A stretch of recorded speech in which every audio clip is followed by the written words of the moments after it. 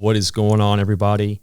Before we jump into this next episode, I wanted to say thank you to everyone who's listened to the podcast, guests who've jumped on, followers of the Instagram page, the social media, all that stuff, and those who have supported the page with buying the merch and everything. So, again, thank you so much. And on that note, welcome to Season 2 of the podcast, where you can expect new content, new guests that have come back, who have been on the episode prior, coming back on, and some new twists to the podcast itself and new content. Enjoy and check out these clips from the podcast. Someone sending feet pics for some reason. Oh, shit. Like, oh, boy. Do you have one of those people? Do you have one of those people who does that? All I hear was, boy, what the? And then, of course, the audio cuts because it's like a split second. And if anyone's listening and wants to get this dude some nods to play with, you should.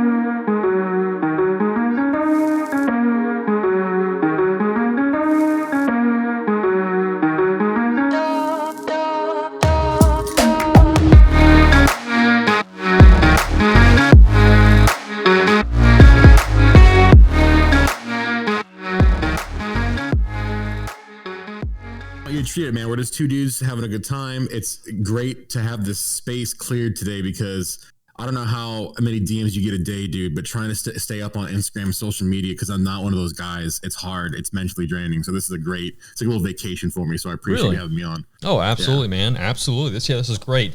So this is podcast. We'll see. It's 20. Dude, man, these kind of all start to blend together. It's 28. I think the Kydex one is 37. I don't know how far in advance. Yeah. Well, I've been sending my friends this. I'm like, hey, I'm going to be on this dude's podcast. Pretty stoked. So here it is. I don't know when it's going to be up, but I'll let you know. So yeah, man. Let's see here. Yeah, 28. Yeah, it is 28. I am almost to 30. I am to 30.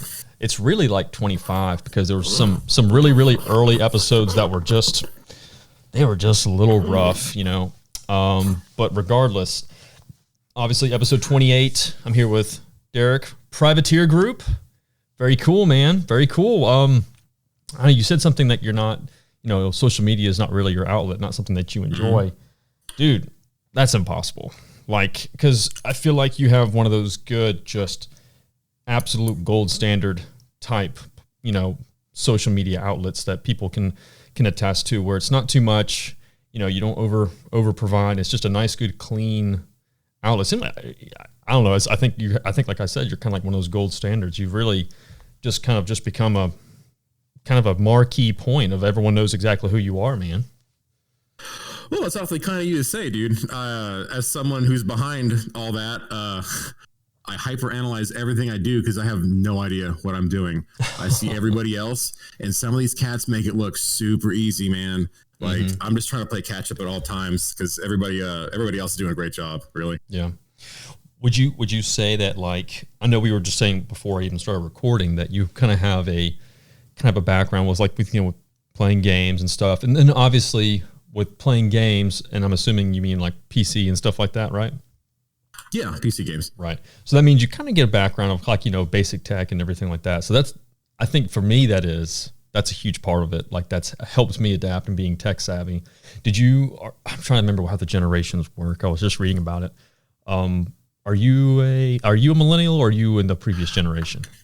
So technically, I've been told that I'm a millennial, but now I'm a boomer because I'm out of touch with other millennials. So I grew up with AOL, all that great stuff. Yeah, so we're probably about the same age. So same tech where really tech kind of boomed at our age growing up and stuff. So that was probably one thing too.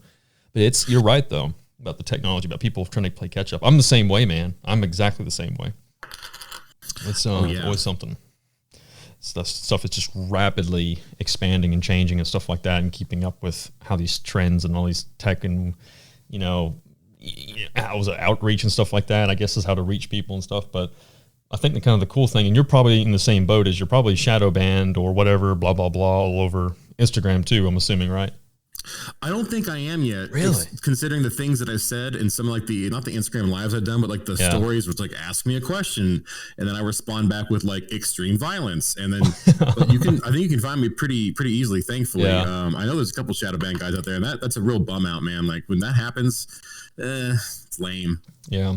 I know that it was funny, and I've told mentioned this before in previous episodes, and I've said like it was weird. I think it was back in September or August of last year. It was really when I was just getting started and getting rolling. But I did one podcast, and it was in reference to, I think it was like, I'm trying to remember exactly the key points. But regardless, apparently somehow that triggered me to get basically reported, and they disabled promotions or anything, stuff like that, which I don't think the promotions of like Instagram and like paying to distribute content really means anything, honestly.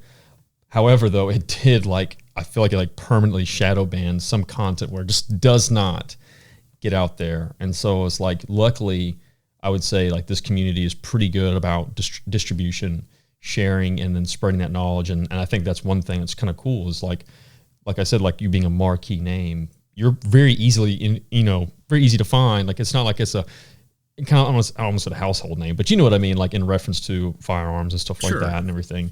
It's kind of cool seeing how the community is able to really distribute no matter what kind of content you're putting or you're shadow banned or whatever. It's kind of cool stuff. Yeah. So with information like that, I'm a real big proponent of things like open source, and I'm really anti-security through obscurity. And there are, exceptions to the rule, as like real deal military guys will tell you that kind of stuff. Like not everybody should know some things because of capabilities, but anytime I see guys like AGANs putting up wholesome, really good, productive content that can help everybody. With the 101 Dalmatians thing, like that midnight bark thing, tell everybody, because we're all going to benefit from it. Yeah. Everybody benefits when everybody knows. Yeah, that's true, man. That's true. Especially I would say, especially in today's day and age, and where there's all kinds of content being put out there, some obviously good, and then some obviously is very misleading and poor. I think that's a big thing too. Especially with there's a lot of really good, intelligent dudes out there now. Like you said, AGANs. I mean, I remember chatting with him a while back, and I almost felt bad because I was like, I'm sure he gets the same stupid message all the time, on setups. And I was like, okay, I'm gonna have a thought-provoking question. I'm like, hey man, such and such. I'm not going to go much further in questions because I'm sure you get asked all the time, and I won't get to that point until I actually have something in hand. But, what is the source on such and such and such and such?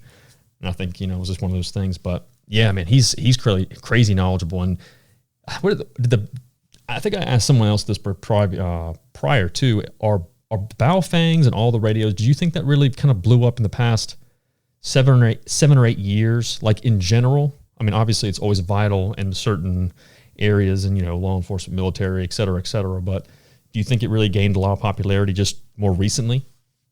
Oh yeah, there's been an absolute turn up to 11 recently, and I think it occurred years before the whole.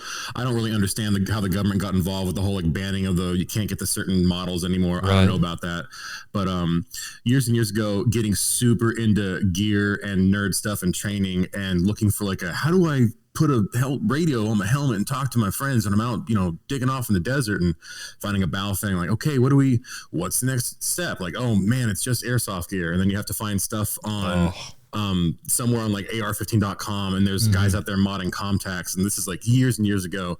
And then fast forward, like, now you can go on websites like Disco 32, or I think it's Cattail Antennas. I'm going to say that name wrong. There's a guy in, the United Kingdom, and I'm just going to screw the name up, like something, damn it, whatever. But now everybody can do that. And there's like solutions on the market, and it's exciting. Like there's never been a better time, political, ammo shortage, whatever, climate aside, that to get into shooting or doing gun gear or, comms on your plate carrier. It's easier and it's honestly, it's pretty cheap if you budget accordingly. I think it's rad, but yeah, to answer your question, we've seen a huge upturn, and it's exciting. Yeah, absolutely.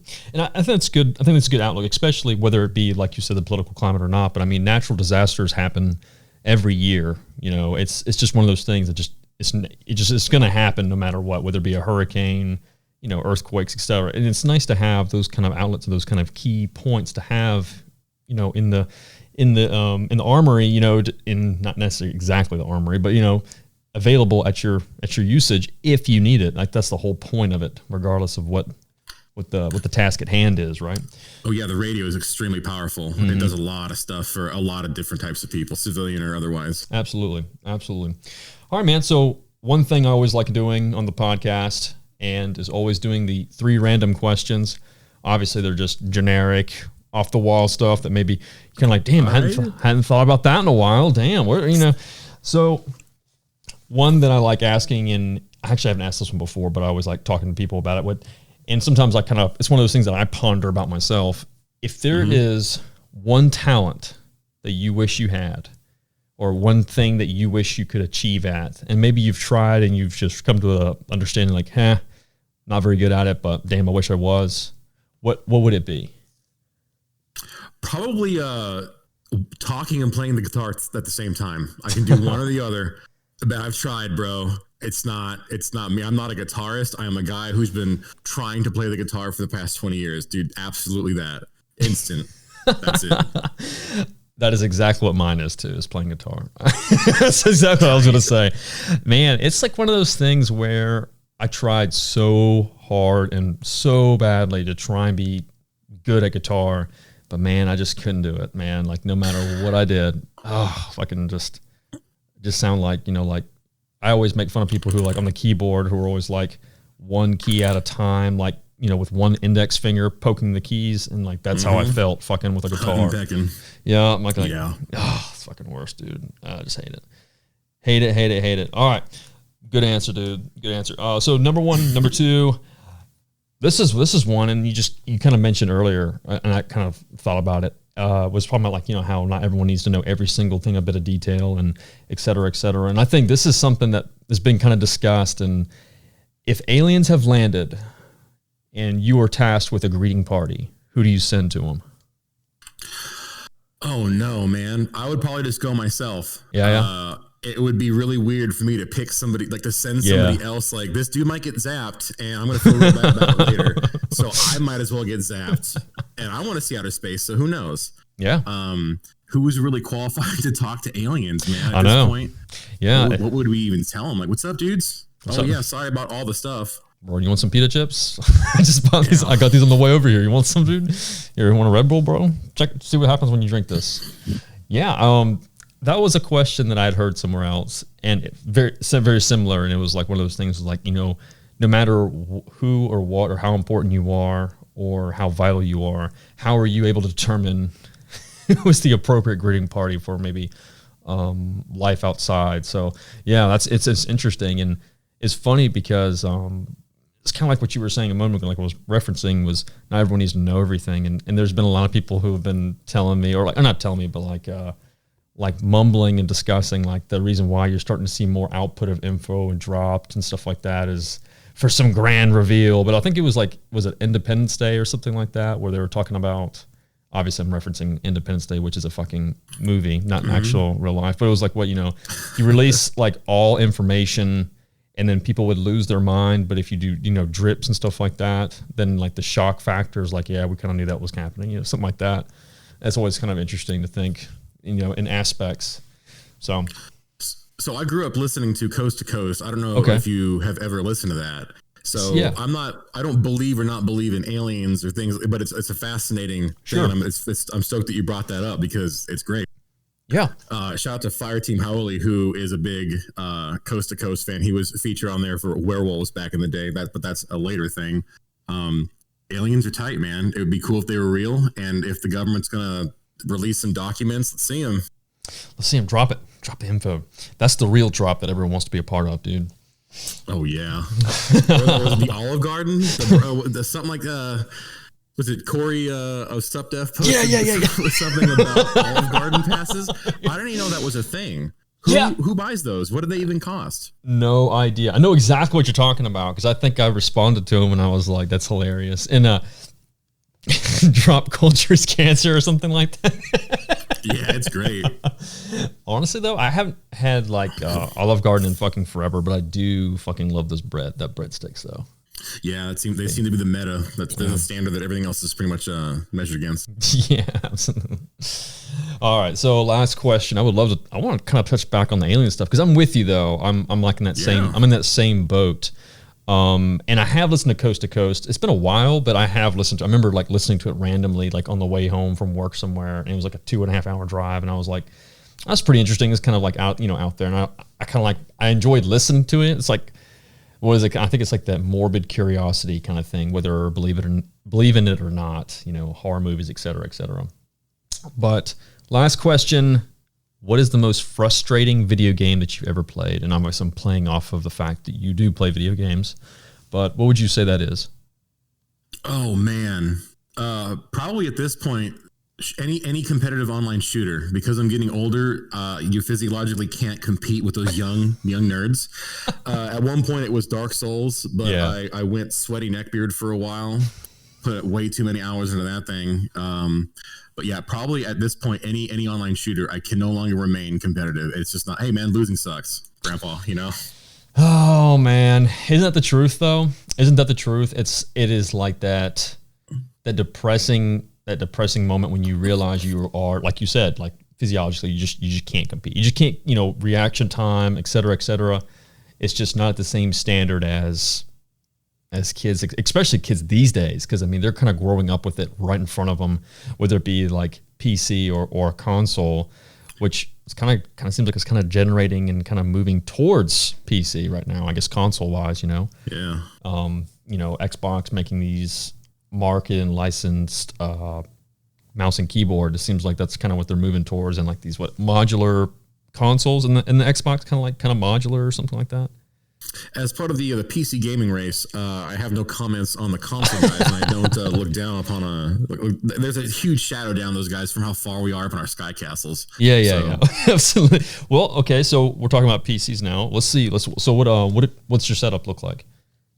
Man, what an embarrassing question. So it's pretty old at this point because I don't have any time between answering shipping questions 7 hours a day going to work. So at one point it was a 1080 Ti, 16 gigs of RAM. I didn't need to do any more than that. Some solid state drives to drive it all. Yep. Ryzen 2700X, very happy with it. I run 2 overclocked 27-inch monitors to 165 hertz. Swap between different mechanical keyboards here and there, different mice, just trying to figure out what you like. But I'm looking to upgrade soon. But the current GPU and hardware market, it's crazy, isn't it? Actually, it's pretty similar to the gun market at the moment, where it's out there, but boy, is it expensive. Yeah. So as someone who also is in PC, and this, I'll be honest, I really jumped in like in the last year, and I wish I jumped in earlier, just because I think one aspect is people always think, oh man, it's gonna be so hard to move from console to PC. No, absolutely. I picked up on it within like a couple of weeks, and I was like good to go. And I was like, damn, I should have done this long time ago. Oh yeah, you're either good at gaming or not. It doesn't matter what's in your hands. Exactly. So incredibly, you were 100% right. Some stuff I just lucked out on. Some stuff was just patience. But yeah, the GPU market, I think people kind of forget that there's other, and I think Corey and I talked about this, keep on referencing this, but we brought up other hobbies and stuff like that as well. But like in general, with COVID happening, there was just so many different like outlets that were just completely devastated, like out of stock, everything.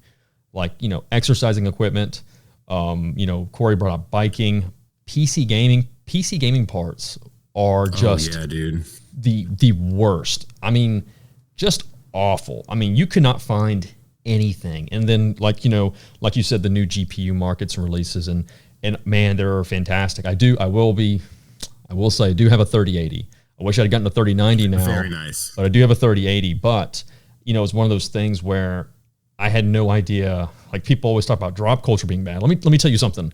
Why don't you go look and try and get any new graphics card at this rate, and you tell me you complain about drop culture. Dude, people are posting about like people are botting them. But no, man, you have no idea what like GPU nerds do. Multiple bots, multiple setups, people buying for other people. It's a 24/7 thing. Yep. Like I just try and put stuff up and it's up. But like these, you're right. It's so hard to get that stuff. Yeah, I mean, like to give you an idea, and anyone who's listening, kind of like, and I'm pretty sure people who have like, if there's any shoe nerds or anyone who's like a big what is the phrase for people who like really like shoes and collect shoes? What's the you have to ask sneakerhead. Yeah, there you go. Yeah. A lot of these guys are kind of similar in the aspect of how these drops would work, but so like for people who don't understand, like you said, bots and stuff like that. When people say bots, it's literally guys have multiple setups ready in place. So as soon as something in stock, like stock hits, like you literally physically can't even see it on your screen that it's in stock. The shit is gone before you can even check out. It's buying it that fast. Liquidity, so, Jesus. Oh, sorry, go ahead. No, you're good, man. That was pretty much it. What I tell everybody with stuff like that when they hit the DMs and with the cart robbing, which is its own like double-edged sword. But how I try to get in on other people's stuff when they release it at whatever time is the night prior, I'll log into the whatever browser I'm using at my PC. I've got two windows. Boom. I got two monitors, two windows open, one on each side. Log into both. Go to the cart for that particular account and then go to the store page and then log in, an hour prior and just sit there at, whatever 55 and start getting ready to hit F5, but get your payment ready your info ready. And I've never really had a problem. In fact, I unfortunately bought 2 black bong bags this time because I thought I was buying one, but, I tell everybody I don't know. I feel bad like when dudes miss out though. Like people get legitimately bummed on all sorts of stuff, like a cool hoodie, those really cool multicam Black Gang, those puffers, those were cool. Yeah, guys were bummed out about that. The kilo ones? Those are nice. And I think a lot of people forget that unfortunately most things that you can hold in your hand, there's a finite amount of those things that can exist depending on how much money someone has to throw at something. Yeah. So it's go ahead. No, go ahead. There's only so many of things that can be made, and then I have no idea how many GPUs are being shit out at any given time. I hope it's more, but to answer your question, my PC is trash right now, but soon it will be rebuilt. It's crazy though, because I don't know how you do your typical settings in a game, but buy the best GPU on the market that I can, and then we downscale all the graphics to get those competitive advantages for high frame rate. So we have these cards, man, and the game looks like shit, but boy, does it, high frame rate. Smooth though. Ugly. Smooth and ugly. You're 100% right. Dude, it's like, I think my wife was like, she came up one time and she was looking at my screen and she was like, how much was that graphics card again? And I was like, that's not the point. And she's like, well, it's like, it looks way worse than what like you were on your Xbox or anything on the TV. Like you're playing on this little monitor. And I was like, I promise you, it is a gold standard right now. There's science behind this. Yeah, so I was like, it's like the amount of frames it's producing is like making a much smoother experience, less latency, lag, etc. And she's well, okay, I guess. She's like, whatever, walks away. But yeah, you're 100% right. I mean, and that's exactly what I do too. So I mean, like, it's kind of funny because I think having to explain to people, especially like with monitors, so like 240 hertz and then like 60 hertz and trying to go through all that stuff. That's one aspect of it. Man, competitive gaming is just a nightmare because as soon as you kind of get something set up, man, it's like, tech. That's the thing about tech, investing in tech. It always is evolving and adapting as soon as you get finished with whatever you're trying to build. It's just incredible. But, oh God, man, I know. Sometimes I'll turn it up just to take a peek. Like, if I play like a campaign or something like that. Yeah, see where you spent your money. Yeah, I'll crank it up just to see. But yeah, so similar. And my previous rig was a 2070 Super with the trying to think of what it was. I think 3700X Ryzen. You're right. Ryzen is king. It is the way to go. Intel is just out of date. They just can't keep up with like multi-threading, multitasking, stuff like that. Compared, I think Intel was pretty solid for like if you're just gaming and that's the only thing. But if you're like one of those people who likes to actually use your rig for other things, whether whatever it is, you just cannot beat Ryzen. But same thing. So 3080 that. Now I've actually upgraded it to, I think it's the 5700X. And then I have X570 motherboard, everything's all adaptable. I do have more RAM, and that's basically just because I do a lot of multitasking, editing, etc. Anything with audio, video, especially with Adobe, just having that little bit of extra RAM just really makes life a little bit easier with stuff processing and stuff. But same thing, man. Oh, and for those at home listening, you don't have to go full autistic like we do and spend a ton of money to have a really great competitive machine. You can have a lot of fun for not a lot of money. Yeah, and really, like, I hope my wife doesn't listen to this, but a lot of this stuff is so minimal in difference between the two that really, in ways, you just cannot process it. Maybe like the top tier people who are like these freaking nerds, like you were saying, like these new nerds who can pick up on a couple loss of frames when you're playing, but for the most general person, it's really hard to differentiate between the two. Mm-hmm. But yeah, man, it's cool though. It's fun. It's almost, I would say, it's extremely addicting. Compared, it's right up there with guns and stuff like that. But very cool, very cool. But yeah, man. So you talk about games a little bit, and we chatted a little bit beforehand. So what kind of first person shooters were you playing? Most of the Infinity Ward, Call of Duties. I was into Tarkov for a minute there many years ago, prior to a lot of the bigger changes. There's some guys in the DMs who want to play, but that's like a full-time job of being competitive at that. Mm-hmm. And I'm not trying to get killed by big, thick boys out there and wearing whatever level armor in some video game. And I go and I post in the subreddit, and some kid who's never fired a gun is telling me what's realistic and, I'm like, I don't know, man.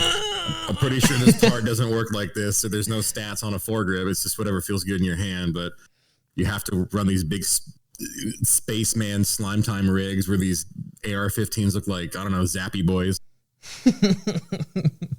That's funny. I have the same outlook on that because I've had multiple people trying to get me into Tarkov, and I have it, but like you said, man, it's just one of those games that you just have to dedicate lots of time to, and especially now because there's so many people playing it, so many alternative accounts. So it's like I remember playing one time and I was like, where the fuck am I? Like, what am I doing? Like, just like kind of going through the motions and stuff, and then I kill like two guys like that kind of like walk by, and then it turns out one of them wasn't even a real person. It was just a bot. So I was like, well, damn, that was depressing.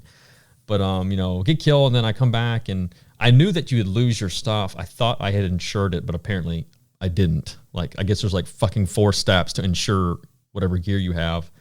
And yeah, so my buddy was like, the user experience and interface in that game is very poor. I mean, you go to the subreddit and there's these kids thanking and begging the developers, thank you so much for curing my depression with this video game. Ooh, it's bad. Thank you, Nikita. Like, calm down, dude. It's just video games. Yeah, come on, man. You fucking played Candy Crush or something, dude. Chill out, man. Gosh. I like to play a lot of rogues and roguelites for things like permadeath. I love the permadeath thing, like absolute consequences. Like, man, you really, really fucked up. And I think it makes you better at other video games where instead of thinking like, man, I got to save this potion to fight that wizard later, it's like, I need to use the potion now because I'm not going to get to the wizard. So it's funny that you say that. That's a funny thing that you mentioned. So similar thing. So I also play a lot of competitive shooters. I still do. I don't play as much rank and competitive as I used to, only just because, one, finding and keeping a team, people together, becoming older, becoming an adult, kind of puts a damper on some of that stuff, right? So, Rainbow Six Siege was my thing. I played a lot of Rainbow Six Siege, and I play a lot of competitive Destiny. And, oh boy, yeah. So, are you familiar with competitive Destiny? No, it's a complete. So Destiny and Rainbow Six from an outsider looking in, it's completely alien and fascinating to watch all these weird, like, that's how you play the game. Like, yeah, jump through the wall and shoot him with the camera bomb. He's gonna throw a rope around, and then the other dude wearing all the Chester Cheetah armor. It's crazy, like, especially Rainbow Six. Dude, man, Rainbow Six Siege is still. It may be one of my favorite games. Like that, even though PUBG is a trash game.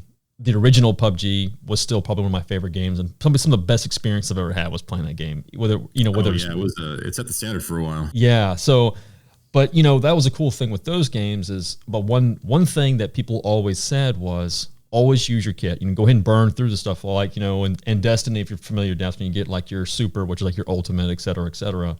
Like you just said, some people would just hold on to it, and then it would get to a point where it's like, oh well. You've lost your rank, you've lost your rounds, and now you can't even use it, so it's useless. So you pretty much wasted.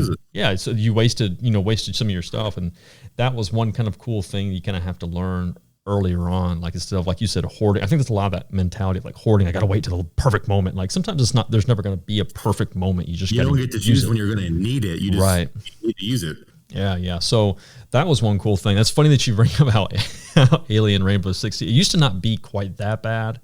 But I obviously kind of like, Call of Duty, you see like these ridiculous skins running around. And same thing happened. You know, popularity goes up, and then all of a sudden you start seeing a guy in a pizza suit running around. So. Oh yeah, and a lot of the time these devs, the way they intend a game to be played is completely not how the player base chooses to play. Yeah. Like, I don't know if you're familiar with Rust, but that's a really good example of that where you yeah, it's an open world survival game, and LOL, you can see the dudes weighing because you're naked. Got to put go find some pants, man. And you log onto a server on one of the actual like dev hosted public ones, and it's just this end world's dystopian like zombie times have come, and people are eating other people, and they're wearing masks, and it's very scary. And I can't imagine being someone who's never played a video game like, yeah, I'm gonna play Rust, and they log in and a roving band of like naked dudes with spears are here to steal whatever you got. It doesn't matter what you have. They burn your house down when you're offline. You log in, you're like, why am I dead? Because the Takiti boys came by and they took your shit. Everything is Lord of the Flies, and you never get the conch shell. Yeah, yes. Big Mike and the boys fucking came by and they took all your shit, dude. Yeah, I remember reading like green text or something like that a long time ago about that game, and they were talking about how this whole roving camp came through, held this guy hostage, and like gave him all these like demands, and like they all had like, they're all, it's one thing that I think is lacking in a lot of video games today, especially competitive shooters, is proximity chat. And like, that was one cool. Oh man, absolutely. Yeah, Rust, they had that proximity chat, and these guys are like giving this guy like orders or else. They never ever tell him the guy what else they're gonna do. They just keep telling him like or else. It's like get in the truck and put this and take your clothes off, and the guy and he's like, well, what do you mean? He's like or else. And he's like, okay, I'll get it. I don't want to lose my stuff. And they end up killing him anyways. But it was just funny, like going through the whole history storylines, like these random things of like they would get him to do. I want to say, obviously it was a modded lobby anyways, but aren't there helicopters in some of those lobbies? Yeah. I think they've added that. But dude, prox chat is probably the greatest invention for video gaming ever. I cannot tell you how much when you get in someone's mind, like, and just metagame the hell out of them. Like we get pretty bad with the things that we say, and my wife will come in and go, "Are you bullying children on the internet?" And I go, "No." Yeah, just like it's all I have left. Like, hearing a dude yell some stupid shit at you, and you just respond back with like, "Dude, I'm sorry for the viewers at home," but like you just tell this guy like, "Hey man, I'm going to knock you out and then suck your dick, dude." And he's like, what? And then he's screaming at you. And these kids get so mad. You just got to outthink them. What's it called? Interrupt their OODA loop. Serve, orient, decide, act. Say something really stupid while they're doing one of those things, and then throw a grenade at them. Just respond to you and get them. And like, dude, the things that people scream when they lose, or you hear them smash, like with the Call of Duty, you kill them and you can hear, I think it turns on their microphone, and some of these kids like, why? And then their voices crack, or you hear someone tell them to shut up. Dude, that's probably me, to be honest with you. I've definitely done that, especially like a rage, like especially if it's just like one of those moments like, God, there was actually someone just recently who I had played, and like, Warzone, same thing, like at the end of, kill someone, you hear their prox chat like for a split second. And one guy I'd killed, it was like towards the end. So like if you play Warzone, it's one of those things where, you got to, you eliminate people basically out of the match, and then they can either spectate, they come in, and the end you have to get, close into this circle. And so basically last man standing kind of thing for those who are out of touch and don't know anything about video games. However, like this one guy, it was closer to the end, and I was kind of like, I was actually waiting for my buddies to get on, and I'm playing, kill this guy. It was actually, I have to say, like it was a pretty damn good kill. Like it was like, man, that was really slick thinking about it. And all I hear was, boy, what the? And then like, of course the prox, the audio cuts because it's like a split second. And sure enough, like I can tell he's watching because it's telling me he's spectating, and like to the very end. And of course, like the end game, everyone who's basically still in the game watching, you get to hear, he's like, I don't know about that motherfucker, man. I think he's cheating, man. Report that motherfucker. Dude, I was just cracking up. And obviously racial slurs are always thrown out. That's always like, there's always going to be someone who says something to you, or you know, that always happens, or you'll see these stupid names that people post up, and you know, all kinds of stuff. But oh man, there was one guy. So few wins now when they call that like Christ, tight man. I'm really glad that your Russell's your Jimmy's is at Russell. Yeah. Right. We're going to lose the next round anyway. He doesn't know how badly I'm going to get slammed. You know? Yes. Everything just worked. You know, it's like one of those. I had a friend who every time he would play, you know, when we'd play like in a group setting, like the worst player. You know, it's not his fault. He's just not a good video gamer, but entertaining, fun. He does his thing. However, like when he plays by himself, though, he's like Mr. Magoo. Like everything, just like, oh, look, this new gun right here. Oh, look, all this money is right here. Cool. Like it's just like one thing after another. It's like, how does he? It's like, how the? It's like there's no way he'll survive and get all the way to this point. And then he's just like stumbling along, picking up loot, and somehow he just makes it into the final. You know, whatever. You know, it's just like what the hell. But one guy that I killed, all I heard was just him moaning. Like it was like a legit moan. Like it was like, and like that's all I heard. Oh, no. And I was like, dude, what the hell? So same thing. Like that's like now a defense mechanism for me. So I tried to remember to do that, but like if it just really pisses me off, instead of like getting really aggravated, like fuck you or something like that, I'll just be like, just to see. And, you know, now it's like my way of like laughing it off. So. But yeah, man, that was pretty funny. I remember that. I don't know who. I can't remember his name, but pretty good looks, dude. That was pretty good. That was pretty funny. Caught me 100% off guard. But prox chat needs to be a thing in games. I totally agree.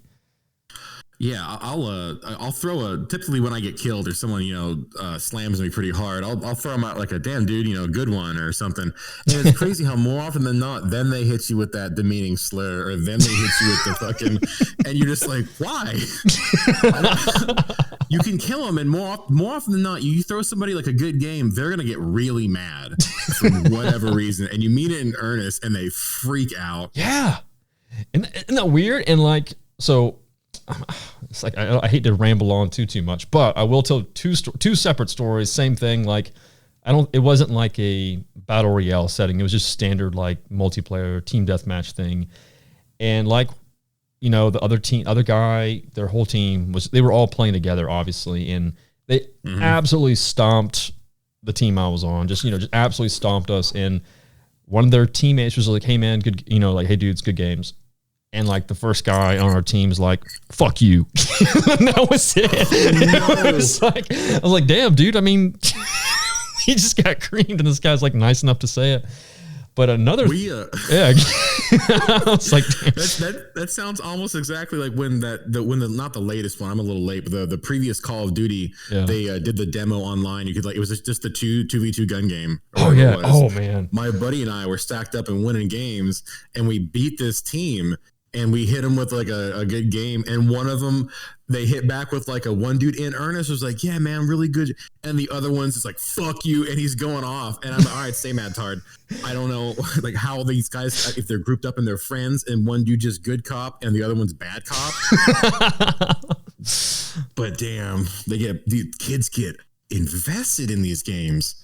Dude, it's wild. And honestly, like most of the time, so some kid, like it's funny, like hearing like, you know, and they're always referred to as squeakers because they're a lot younger and normally have a more high pitched voice. But sometimes like hearing them just absolutely just mental breakdown is just the most satisfying thing ever. Like, you know, I got one on you, you little bastard. But it's so funny because like, it's just like, you know, just like they just freak out.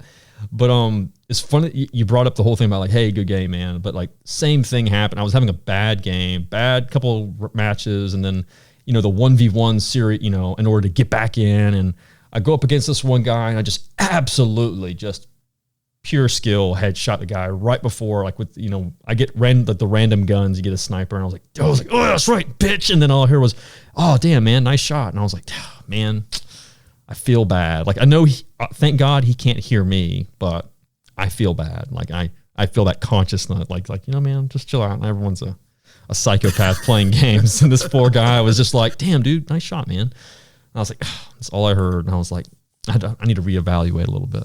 Oh yeah, rethink that. Go back and take a step backward. Yeah. too funny, man. Damn, we've been talking about video games for about 30 minutes. I like that.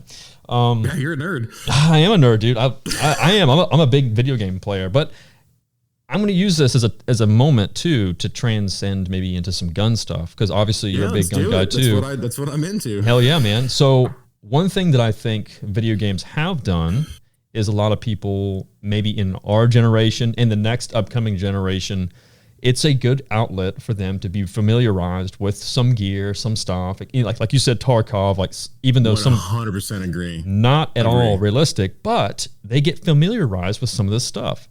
And it's been a great way for people to relate and see stuff and then and it creates this streamline into firearm industry, I don't want to say industry, but just, firearms, getting knowledgeable and then wanted to go out and experience that and, hoping that first experience is great and then it attracts them more. But yeah, man. So guns are obviously, without going in, I don't like discussing politics just because it's just a downer and it's just boring. Oh, I feel you, dude. But so let's do it.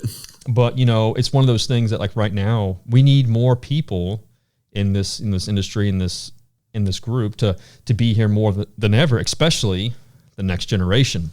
And I think it's never been more welcoming to the next kids and the kids who are now just getting into this and getting involved than ever. Like, it's more important, I feel like, especially like with the Gen Z kids who are something different breed, young right? And impressionable. We got to give them the right, or at least give them multiple options, multiple paths of where to go with guns. And when you mentioned like Tarkov and shit like that, none of those attachments really matter. You can C-clamp a rifle and it's all about the whole like LOL software versus hardware. But it's that saying is old at this point, but it still rings true. And like I see in like PUBG, like the realistic parts that look like space gun memes, like bright red and anodized blue from companies that I personally wouldn't buy parts from because I don't need them to be bright blue. But if that kid is gonna build some space gun and he's down the street from me, I'm gonna stop here for a second. Have you seen the movie Billy Madison?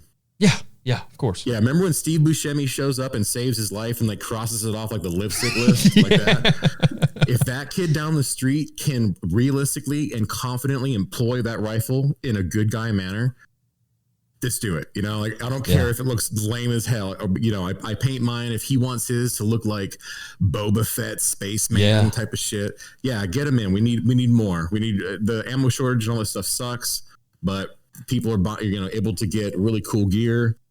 A little bit at least.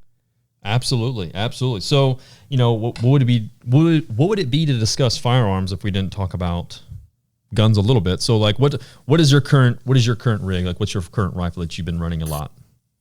I am a big Knights Armament fanboy and have been for a long time. I run a factory Mod 2 upper 11.5 inch that I got from Portside Munitions. Not Portside, through Portside Munitions by way of another guy, Travis, good dude.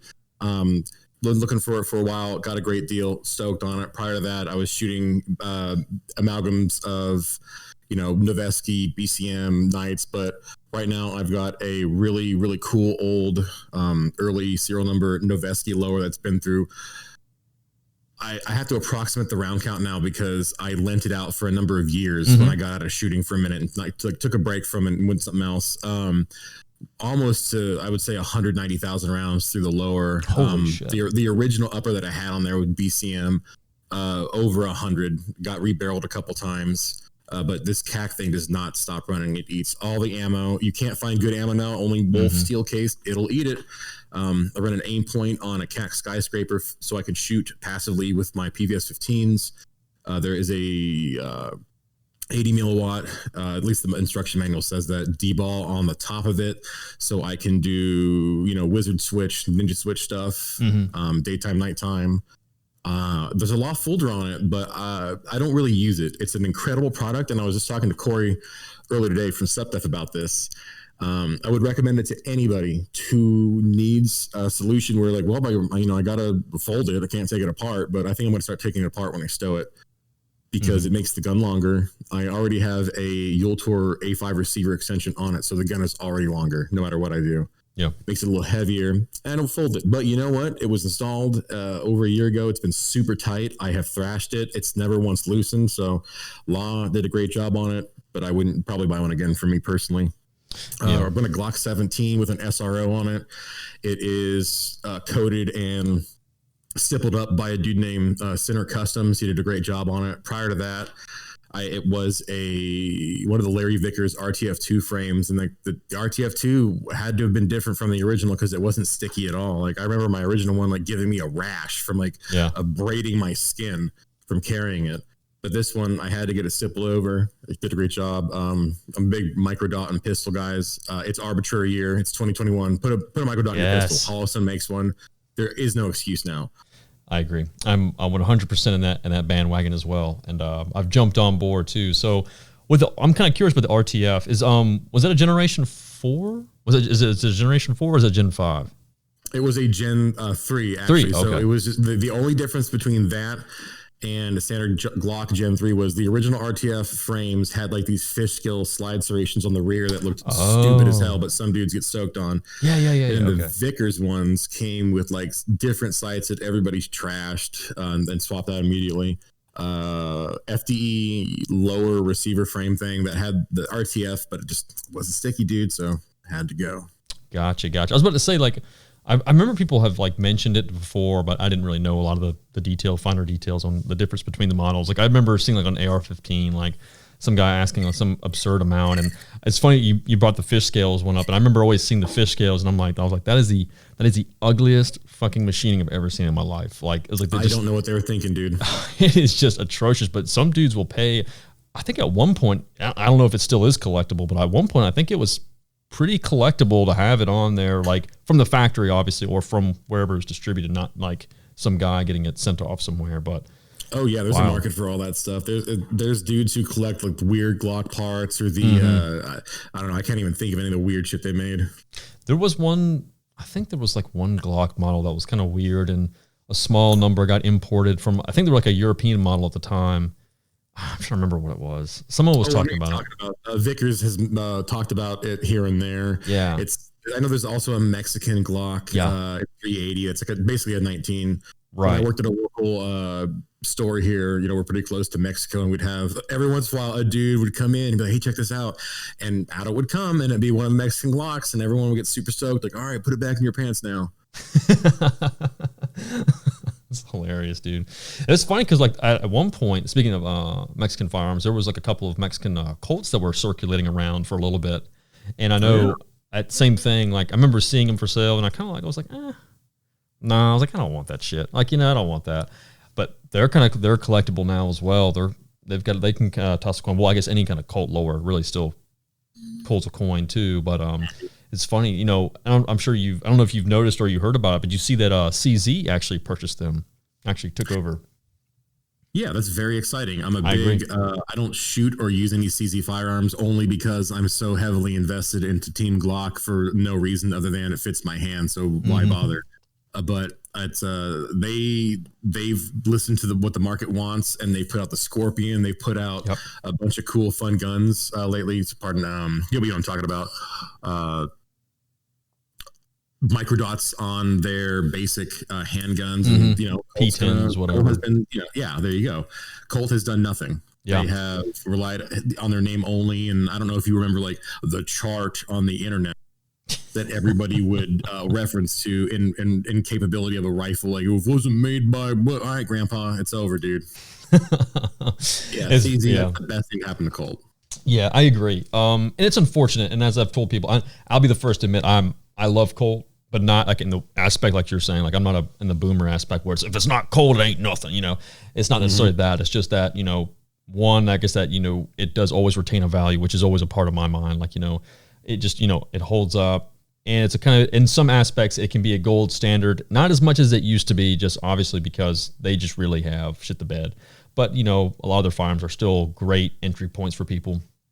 Yeah, they're pretty solid. Yeah. And now there's a market for like, it's a pre-CZ Colt. Now it's worth this amount of money. Oh, dude, I was just telling someone, like, that's what's going to happen, dude. Like, that's exactly what's going to happen. I'm sure it already has started. But like you said, I mean, they have just like royally just crapped the bed. So many opportunities they could have jumped on. And then if they didn't do that, they shot themselves multiple times in the foot, like not once. Like I'm saying, like they shot themselves multiple times in the foot in one instance. Like the whole thing with the the contracts, you know, oh, we're going to pull out of the civilian market and we're going to focus on our military and law enforcement contracts. Losing to, you know, FN. Yep. And so it was just kind of funny to see that happen. And, you know, you hate to see it because, you know, they do make a good product, but man, their leadership, I don't know. Sometimes it's just, you just don't know what the hell they're thinking. Like who marketing and stuff like that is, it's funny, man. I mean, it's like, even before the whole craze, I don't know if you remember this, and if you're an AR-15, I'm sure you do, but they had like that whole big Brownell sale, and like Brownell sold a bunch of their Colt lowers, and it was a completed lower, and they were like $240. Like that's how much they were, complete Colt lower. They sold like hotcakes, like instantly. They sold out. I mean, well, actually, I take that back. They didn't sell out like instantly, but I mean, with basically, if you didn't buy one within 24 hours, it was sold out, and they did it like, I think they dropped them like 3 times, and I was able to snag a couple of them. However, though, you know, looking back, I was like, that's a great idea. You know, I don't know why you guys don't do that. And everyone was wondering, you know, why doesn't Colt sell complete lowers or just even strip lowers like everyone else does?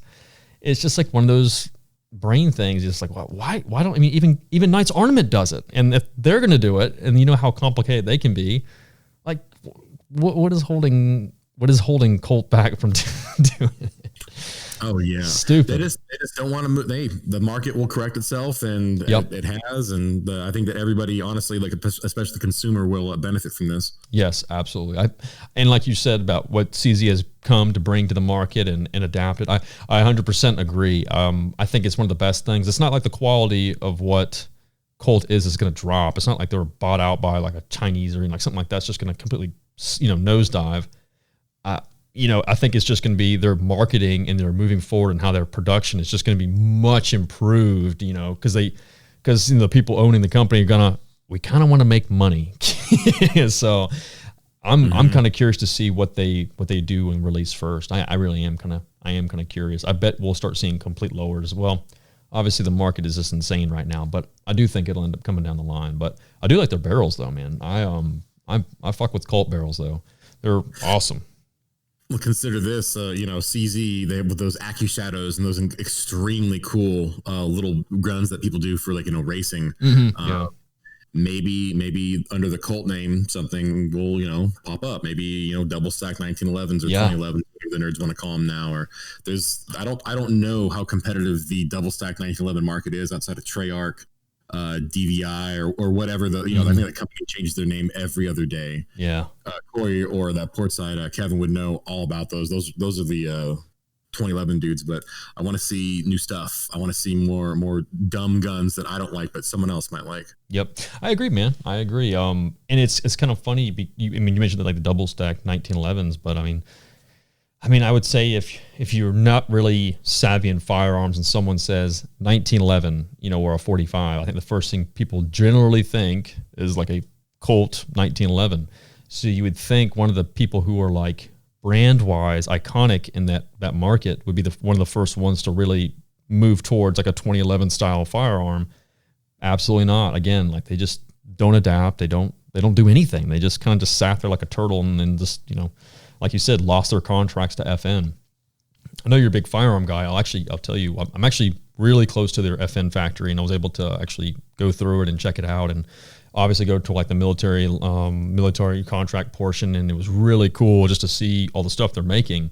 And they were telling us a story about when they were doing the 249, and one of the cool things was, you know, they actually had won the first initial contract, and then when it came up for rebid, you know, they had to submit it, and, you know, per what the federal government wanted, they wanted another M249.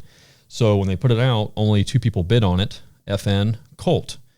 The problem was Colt actually did win the contract, but however, when they came to produce it, but in like the initial, you know, pre-stage, they could not duplicate what FN had developed and had created with the 249. They could not nail it. So they ended up losing that contract as well. And so FN got it and retained it again. But pretty much one of the cool things is when it's actually milled out, the actual receiver itself. And this is what Colt fucked up. They didn't realize this at the time, or this is what the FN guy told me. but he was like, they milled out the receiver and they wouldn't use from the same block. However, how the design is, you have to use that one block for the receiver. You can't mix and match parts on these things. So when they were, mix matching, they were just putting them together and throwing them together, or if they messed up on one side because, they didn't have everything set up the same way as FN, because they were the ones who actually created the firearm, it would just fail. Like it would always inevitably fail.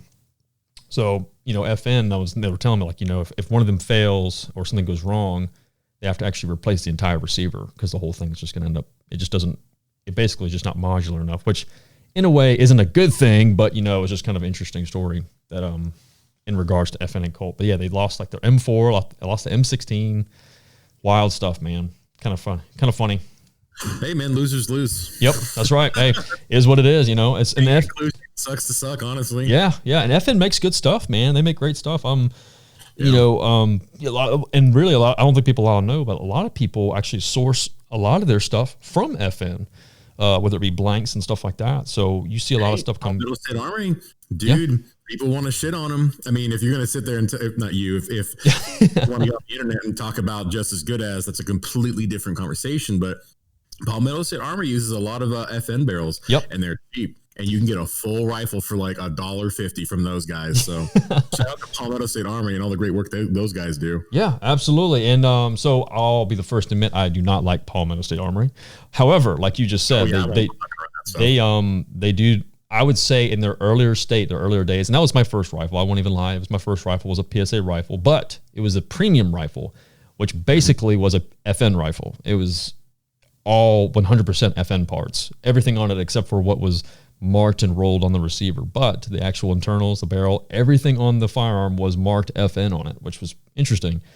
But yeah, you're right.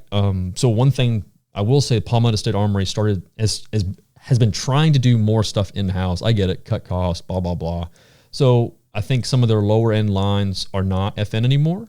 However, True. you'll still see some of their quote unquote premium edition, whatever. If you actually take the handguard off or do whatever, you actually look underneath it.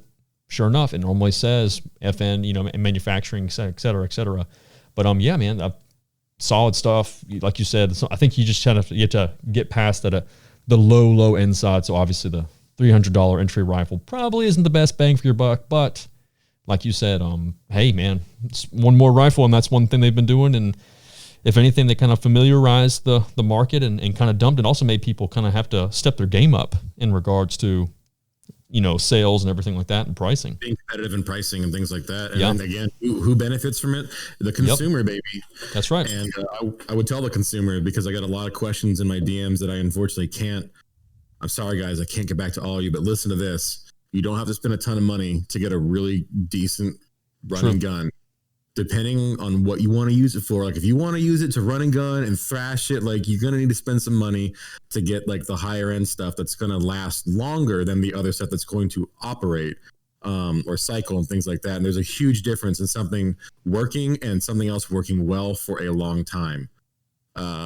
With few incidents like, malfunctions outside of magazine related stuff. But if your goal is to own an AR-15 and to have a red dot and to have ammunition for, two-legged predators or home defense, you don't have to spend a lot. So don't sit there and super stress over it, because at the end of the day, when you need to use that thing, no one cares what the roll mark looks like. That's true. Person. Yep, very true. And I think people do get caught up in that. And it's one of those things, as well as people just collecting gear and just buying as much stuff as they can and then not actually using it as well, I think is something else. And, that's something I would even admit that I was guilty of at one point, where I just would, like, oh man, I would love to put this together and source this, whether it be cloning and stuff like that. And oh man, the cloning. I wasn't going to bring it up. Hopefully you're not too much of an anti-cloner, but I know Kevin's a big cloner, so I should be okay. I went through my Mark 18 Block 2 CQ face a while ago, so we're good. I've wet that whistle, but I now live vicariously through other people on Instagram and Kevin and his wonderful clones. Yes, that's right. Yeah, story. That's a whole nother conversation, really. But yeah, absolutely. But that's one of those things where people will have all these cool setups and stuff, but it's like, man, how often have you shot it? It's like, dude, take that. If you're gonna, just use your setup. Use what it's made for, at least, Or I mean, if you're going to use it as a collector, then whatever, that's cool. I get it. But, you know, at least have a gun that's, like you said, it's made to be burned to the ground, you know? It's like these guys will spend all this money and then not even use it, man. It's like just kind of mind-blowing. Oh yeah, and really I'm looking at it from a different standpoint nowadays than I think some people are. Like, you know, if you're not going to use it, you don't need it, don't buy it. And that they're only the people who buy that stuff and either sit on it or not use it at all. They're only punishing themselves. So they've wasted their money on a thing that's going to sit on their shelf. And I say that as someone who owns like 10 plate carriers because I really only use the one. Yeah. But the other ones are cool, and you pick them up, and I can do fun stuff. But if you don't use them, they're worthless to you. Yeah, that's true. That's true. That's kind of like something that I've just had to learn to get better at the point of like, okay, you know, why am I hoarding this one gun part or whatever? If I'm not going to use it, just go ahead and unload it or sell it, get rid of it. But funny that you bring up the plate carrier. So I think the last time I chatted about plate carriers, it was a while back, but what's your current plate carrier setup? What's your primary plate carrier setup? What are you running these days? So I have two that I swap between, which is a JPC 2.0, which I am a huge fan of. And there's a dude on Instagram who hates that I like the JPC. And anytime I repost a JPC anything, he messages me and he's like, just heads up, Navy SEALs don't like them.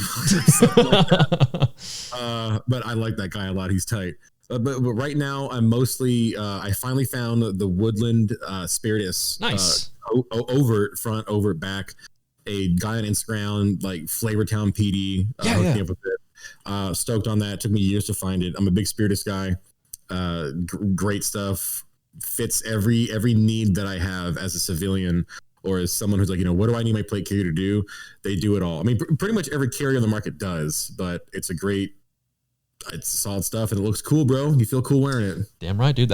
So funny enough, here we are again. So like, I think when I did that podcast, all four of us all had Spiritus plate carriers. But like you said, man, I mean, like the modularity that they come with, you can change it out, you can adjust it, all the options. And now you have guys like AXL who are making, you know, input and Spiritus supports it too. So it's not like one of those things where like, hey, you're not allowed to make, you know, accessories for our product. Of course, everyone runs the same pattern. Yeah. The placards, you know, it's again, the consumer wins. Yep. So, and you know, I just think like, and people ask me sometimes, I mean, I don't get as many questions because I don't run mine quite as much as I should, which that's my own fault.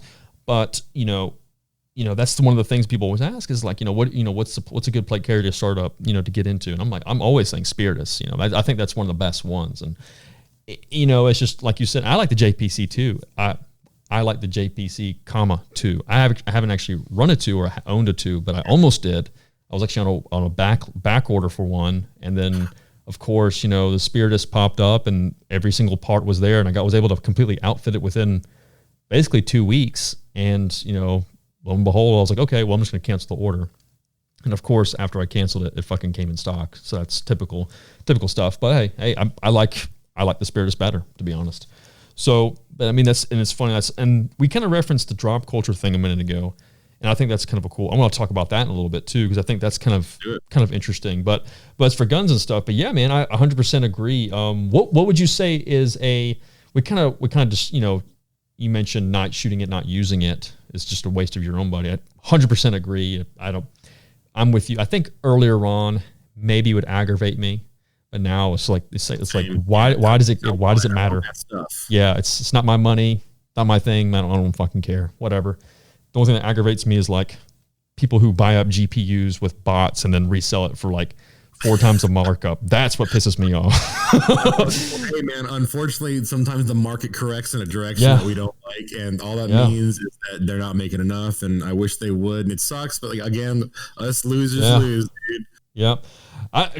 Man, let's see here. Let me try and diverge and see which direction I want to go real quick. I'll comment on GPUs really quick, and then we'll start going off. But I was like, you know, 100% gung-ho. I got the 2070 with the intent that I'm going to buy the next generation as soon as it comes out. And like, you know, I keep reading more and more like, oh, people are going to, you know, this is going to be the more popular model. It was back and forth. And like, lo and behold, rumors started showing up like the week of that there's not going to be as many as everyone thought there would be. Blah, blah, blah, big shortage, and there might be some issues. And a lot of people wrote the guy off as like a AMD, which is a competitor's, you know, basically trying to piss on the launch. And a lot of people kind of dismissed it, but some people were saying, I don't know, it might be true, man. It might be true, you know. And sure enough, it was 100% true. But the problem was you have all these people at home, people have nothing to do, and all these nerds who have the bot set up. And, you know, man, I was so disappointed. I was like, it was like, I think the first initial drop was at 9 o'clock. And just like you, I had 2 monitors set up, and like I had like 3 things set up. So it was like, all I had to do is exactly what you said, refresh, buy. I had the account set up. And by the way, thanks for giving out the info on how to get drops, by the way. You know, you spoiled that, you know, all these people are gonna start creating accounts ahead of time. I was kidding, obviously, but yeah, but dude, same thing. When we discuss the drops and all that stuff in a minute, I'll bring that up too. But, you know, literally, I think the time clicked. I'm like refreshing like a madman, like 10 minutes prior. Like I just probably have arthritis in one finger from just refreshing, and nothing shows up. Like it just keeps on saying coming soon. And man, it was like one of those humbling moments that that you just, you know, there's nothing you could have done regardless, but it was literally in stock, out of stock, and it didn't even register on the website, on multiple websites. And then it crashed almost every one of them except for like Best Buy, I think, and it just even registered like 4 or 5 sites. I mean, it's instantaneous. I didn't want to leave where I was because I was like, I don't want to like look at a site to see what the hell's going on. I was like, I'm just going to keep refreshing. I was there for like an hour, and then it just hit me. It dawned on me like, dude, it's over. Just get up and just go on. But yeah, so dude, I don't even remember what I was fucking talking about, to be honest with you. But, you know, talking about plate carriers. Yeah. Yeah, I'm talking about graphics card. But more or less, I basically waited like 2 months, and I was, you know, that was the whole thing about it. But man, the ways to get one is like signing up for multiple Discords and some of these nerds that work at some places telling you like, oh, hey man, I heard there's a big drop coming. And like, that's the only way to get one. Otherwise you get price gouged in the third party market, people flipping them. And it's insane. Like, I think one was like $800 MSRP, and it was selling for like $2,400 a piece. And these guys just keep on buying more and more with that profit they make. Insane. The only way to get those prices to come down, like people got to stop buying them. Yeah. Same thing with ammo. Your wallet, gents. Same thing with ammo. And some of that is a little bit of price gouging, like on distributors, and then selling to the resellers and stuff like that. But if you keep on buying ammo at absurd prices, they're going to keep selling ammo at absurd prices.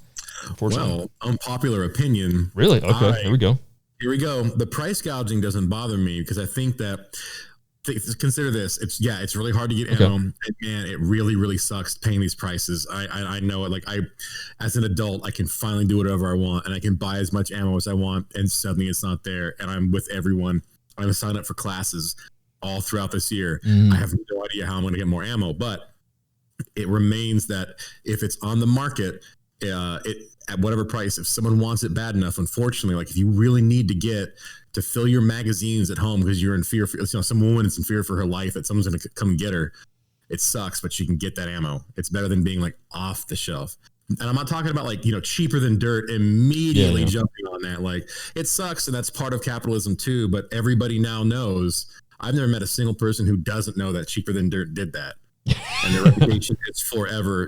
They still have a business running on a thing, but like we are allowed to tell everybody what awful thing that was. But limit 1 box, 2 boxes. How much ammo? When I say do you need, it's not me telling somebody else what I think they should own. It's not that at all. But realistically, when you need that ammo, how much do you need? Yeah. If you can get it, boom, it's way better than nothing. And those prices suck. And I'm with you. I want to please come back down. Just make more ammo, guys. Yeah. I know there's like a shortage of something, but I'm rooting for you. I need more ammo. I do think so. I'll have to talk about this later, but I think last time I chatted with some friends and people who are in that part of the world and industry, I think their realistic outlook last year was like a year and a half, and now it's like 2 to 3 years. And now they just really don't know, because they just don't know. Like, especially with with politics and stuff like that also being a new input. They just don't know what's going to happen, and, I think that's a big part of it. And they just don't know is the craze going to just intensify further, even after people have been burning through money to buy stuff, or will it, kind of finally settle down and they're able to kind of pick up, catch up with where they were. And I think that's kind of like the question mark. I don't know, because it seems like it's still hitting really, really, really hard right now. So, and how far are we into this? Almost a year now. Almost a year. It's pretty wild. I think this is a great example, though, for a lot of people. I learned from a dude, Seamus Flynn, who is Constellation Group on Instagram. And if you're a Marine and you don't follow him, I'm going to tell you that you're fucked up. But moving on, he likes to saying about producing training value. When you go to the range, are you producing training value? What can you get out of a bad situation? What are you doing in the white space in between either bad events happening or training for bad events or whatever? And we have a very realistic, there is an ammo shortage, everybody, and we have to figure out how to get around that and how to navigate the situation. And what's a great thing? Dry fire and things like that. And getting with your friends and dry firing. If you have ammo and you've got a buddy who wants to train, throw him some ammo, bring him with you, because when he's got the ammo, he'll probably give you some too. Yeah, that's a very good point, dude. That's a very good point. And it's funny. I had just gone and trained with someone who I'd actually met. I actually did an optic trade with them. I traded an EOTech for aim point with them, and then we kind of connected. It was a good trade. But I do like my EOTechs though. But so more or less, we connected more and more, and he does some cool stuff for a living, and he's definitely a lot better shooter than the average Joe, more above that, more than most people that probably own a firearm. So the cool thing was, he was like, hey man, let's meet up, let's go shoot sometime. Absolutely took advantage of it. And, that was one aspect, like you just said, not necessarily about the part about bringing ammo, but the part about, with the situation we're dealing with ammo, some people I don't think understand the concept of making every round count and taking advantage of stuff. So, they just burn through ammo. Like they just shoot to shoot. Dirt shooters, dude. Burn burners. Yeah. They're awful. I can't do it. I don't want to shoot with you guys. I'm sorry. Yeah. I don't. And so it's like you're not really obtaining anything new in that knowledge. You're not gaining anything. You're just wasting. You're literally throwing money out the door. So, one thing that he brought up was like, even though we're in a shortage, but he's like, the concept has never changed. You're just, working with a little bit less now. You're a little more stringent. But he's like, every time you shoot, that next shot, your current shot should be like you're training for your life. You should be training at an ultimate level. You shouldn't just be shooting just to shoot. Make every shot count and, follow up. It is win or lose, dude. The second place loser, whatever you want to call it, does not get to go home. At least for what I'm training for, or what I think I'm training for when I talk about two-legged predators, fighting another person with your gun.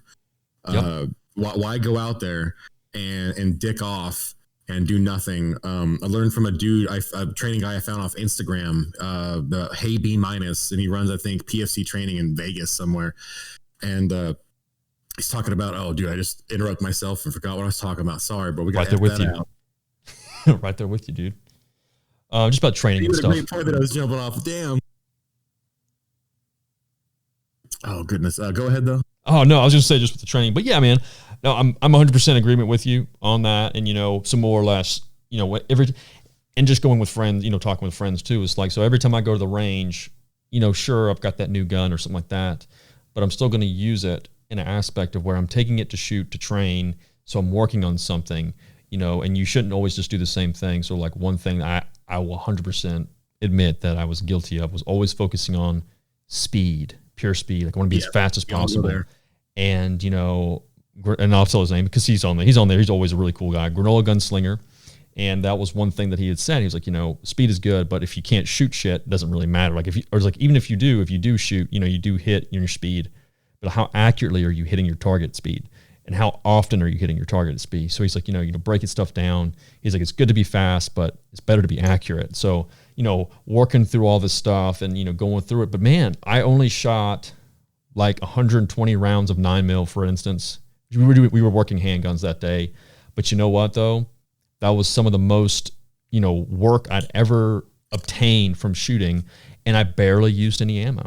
And so it's like one of those things where it's like there's dry firing as well. That's an awesome thing people should be taking advantage of beforehand, but now even more so is getting those reps in and stuff like that, becoming familiarized with stuff. And, you don't have to have a lot of ammo to work a lot of these concepts and, work some stuff that'll make your fundamentals better and make you a better shooter. So when you do need that one shot, whatever it is, whether it's a life and death situation or if you're doing a competition, hey, you're probably more prepared for it now than ever. Yeah, even just getting, and I remember, by the way, about the thing when you mentioned the training, bring a plan to the range and bring only loaded magazines. Mm-hmm. If you only have X amount of magazines, make sure that training plan, like, stick to it, adhere to it, and when you're done shooting, go home.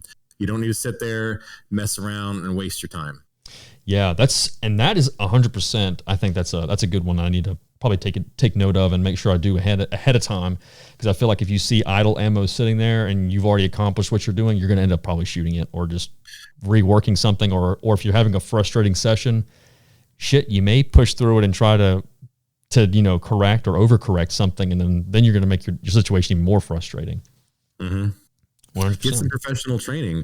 Yep. Even with the dry firing, I really, really push this to new people. When you get that gun, when you want to start learning how to shoot and employ it, walk around your house with it, play with it. Be safe though. Ensure that it's unloaded. Buy one of those plastic training barrels that are like bright yellow and throw it in there. But get familiar with it. When new people are like picking up chef's knives and learning to cook, they have to get over that fear, like not cutting themselves. And I don't mean that like shooting yourself. I mean, getting familiar with this tool, and it's only a weapon when you make it a weapon, because right now we're cutting up some protein for a meal, and then you deal with that skill set, and the better and the more familiar and comfortable, not complacent, but comfortable you are with that Glock and how it fits in your hand, you're more cognizant of everything else. You don't have to sit there and worry about safety if you make it, but not safety, but accuracy and how to point it, how to bring it up comfortably. If you're not thinking all the time about like, this fucking thing in my hand can end a life right now. If I sweep it against someone's knees, it's absolutely gonna go off. So don't laser beam him.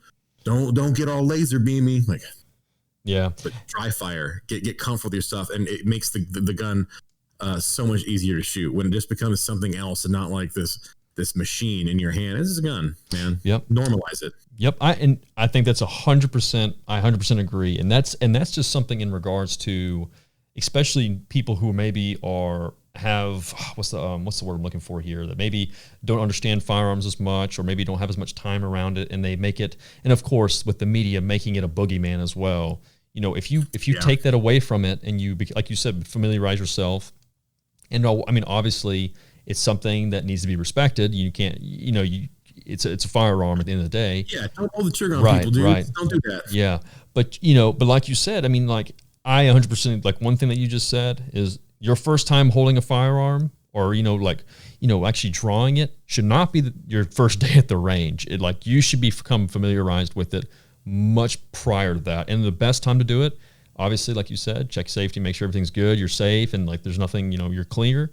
But like you said, walk around the house, point, just get comfortable with it, and just point, pull, kind of know what you're doing beforehand. And if you want to go to that first range session, you even look up. I mean, that's the good thing about today's day and age, right? With YouTube and all these resources. Yes, I'm so glad you brought that up. Yeah, there's just so many ways for you to kind of have an understanding from people who do this for a living or are much better shooters, and that way you kind of have a good grasp prior, so you don't look like a dingus, holding the gun with like one palm at the very bottom of the magazine and not like, properly holding a pistol, for instance, Yeah, you can go on YouTube, and world-class champion shooters like Jerry Michalik, former, face melters in like Delta CAG shooter boys or whatever, Jamie, the Wilcox guy who invented the Tanadized thing. Caldwell, Jamie Caldwell. Yeah, Jamie Caldwell. That guy is tight. You can get his Panteo thing online. It's like $20 a month, and he will tell you how, like, this is how you use night vision, like, really proficiently. I did it for 20 years, fighting people with it, and now I'm going to tell you how to use it correctly. Or the Bob Keller of Keller Gamut Resolutions. Like, you want to get good at shooting other people, do ready ups. That's all you got to do. That's what I teach. It's combat proven.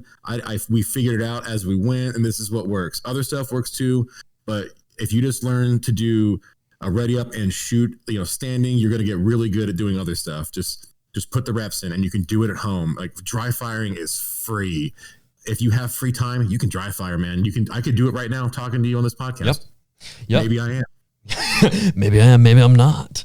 That's the same thing. Like, I know that's like generally, like, especially like between game, like even playing games and stuff. I'll normally, if I have my pistol near me, I'll kind of like, just practice and pull. Obviously, obviously for all those nerds who say, "Oh, you're doing it safely." Yes, I'm doing it safely. I know there's no one around the chamber, but Tell them to mind their own business. Exactly. Hey, fuck off. It's my podcast. Do whatever I want. Anyways, but yeah, so same thing. I 100% agree with you. And the cool thing was I've actually chatted with Jamie Caldwell a couple times. I actually put him on a veterans hunt a long time ago. That's a cool Very thing. Cool. 100% humble guy, very nice guy. And like you said, very approachable too. For someone who, like you said, a face melter, you won't talk about a badass dude. He is a 100% a badass dude. And same thing with Gamut Solutions. He actually comes to my range quite often. And he holds classes there. And that was my goal of this year, was to get on one of his classes when he swings through. But yeah, man, that was actually where I learned a lot of my pistol techniques, was from Jamie. He has like an excellent video on a lot of core techniques and draw and pull, shoot and stuff like that, and breaks it down. So affordable. It's so affordable. Yeah. These classes, I see a lot of complaints and bitching about it, but $650, and like, hey man, what is 20 years of literally of getting shot at, not getting killed? What's that worth? And then he's going to tell you all the tips and tricks, and then you get to ask questions. I was recently at a Green Line course in Vegas, Night Fighter, and Don Edwards is like the godfather of night fighting. And Sam Houston was there from TMVC and Science Solutions, like, extremely knowledgeable guys, and they were open source about anything. There were no questions that they did not answer, and they made it very clear to everybody, like, you paid good money, we are going to answer any of your questions, none of them are stupid, throw them at us. People tried to play Stump the Chump with Don, didn't pass. Like, he had an answer for everything, and it was an educated answer, and that's what you're paying for. You can get shooting, you can like, go on YouTube and watch these guys and learn their drills, but they'll tell you how to employ them. They'll tell you, they'll watch you do it and like, oh man, try it this way. Then you get, boom, a faster snap. Rifle comes up a little easier. It's awesome. Yep. And they'll sometimes give you this advice in a free Instagram live thing. Like, hey, going live. Sheriff of Baghdad says no D word. Don't get weird. Ask him anything. And he gives people legitimate, actionable advice, and people benefit from it. It's a great community when you know where to look. Yep, 100% agree. I was actually supposed to do his class last year, and then just ammo short at the time, and then I think he doesn't really come through South Carolina very often, but he does travel the United States really, really well. So like, that's like another one of those dudes who's just a badass dude. Some of his pictures are just great too, from where he's been overseas and doing some cool shit, being in Delta Force and stuff. Yeah, man. Oh, that's Saddam's sweater? Like, they're all so tight. 100%. But yeah, and I think and you brought up the point of get professional training, and 100% agree. Now while the internet is a great resource, I don't think you should deem yourself, I don't need any help, or I don't need to get professional because YouTube is available. And I'm telling you, there's 100% difference between having a professional train you and go over and do a course and class versus watching videos on YouTube, because no one is going to correct you more than the person who you're paying. They're going to get on your ass if you're not doing something correctly. And not like saying like, you're a fucking idiot. No, it's more like they're going to correct mistakes that you're going to make. And like you said, these guys have been doing it, man. Like, they are the hardcore top 1%, and they know what they're doing. And, they know what it's like to be under stressful situations, but maintain all those skills. And that's something that the average day Joe, when the situation comes, if they've watched nothing but YouTube videos, they probably don't have any of those skill sets. So it's funny you brought up the whole, like, the instructor yelling at or whatever. Late great Pat Rogers used to smack you on the back of the head and call you something funny. and that was just so rapid. I'm not saying, hey dudes, don't put your hands on people. It was a different time, different, a different setting, but that dude, rest in power. That guy was tight. Yeah, that's just one of those things. Go out, pay for training. Go out there, dudes. Listen to Grand Thumb, your flannel daddy idol. Go out and train. Yeah, that's very true. But let's see, what were we going to... so one, let's talk a little bit more about you real quick.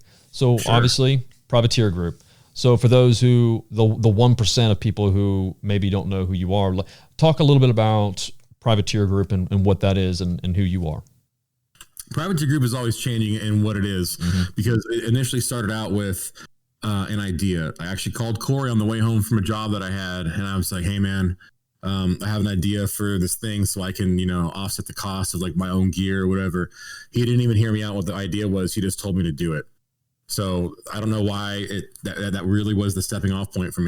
And I'm like, okay, so I need to come up with a name, but it's got to be not organic, but it's got to be authentic to what I'm into. I'm not in the military. That warrior mindset shit doesn't resonate with me because I'm not a warrior. I didn't join the military. That's for somebody else. That's someone else's cool stuff.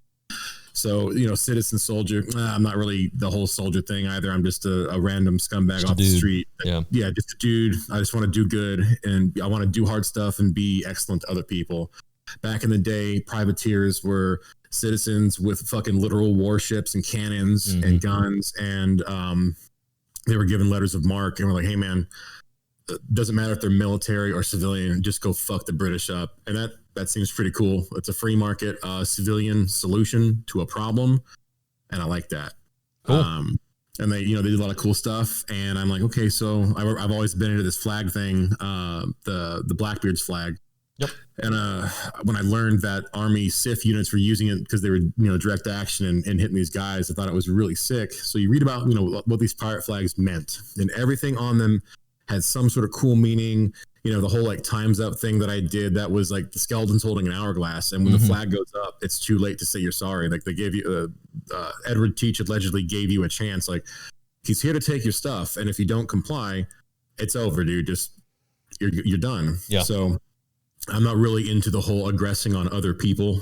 It's more of the rifle is pointed in the other direction. So instead of like extreme violence, like this death thing, it's like extreme violence in self-defense. The heart of course.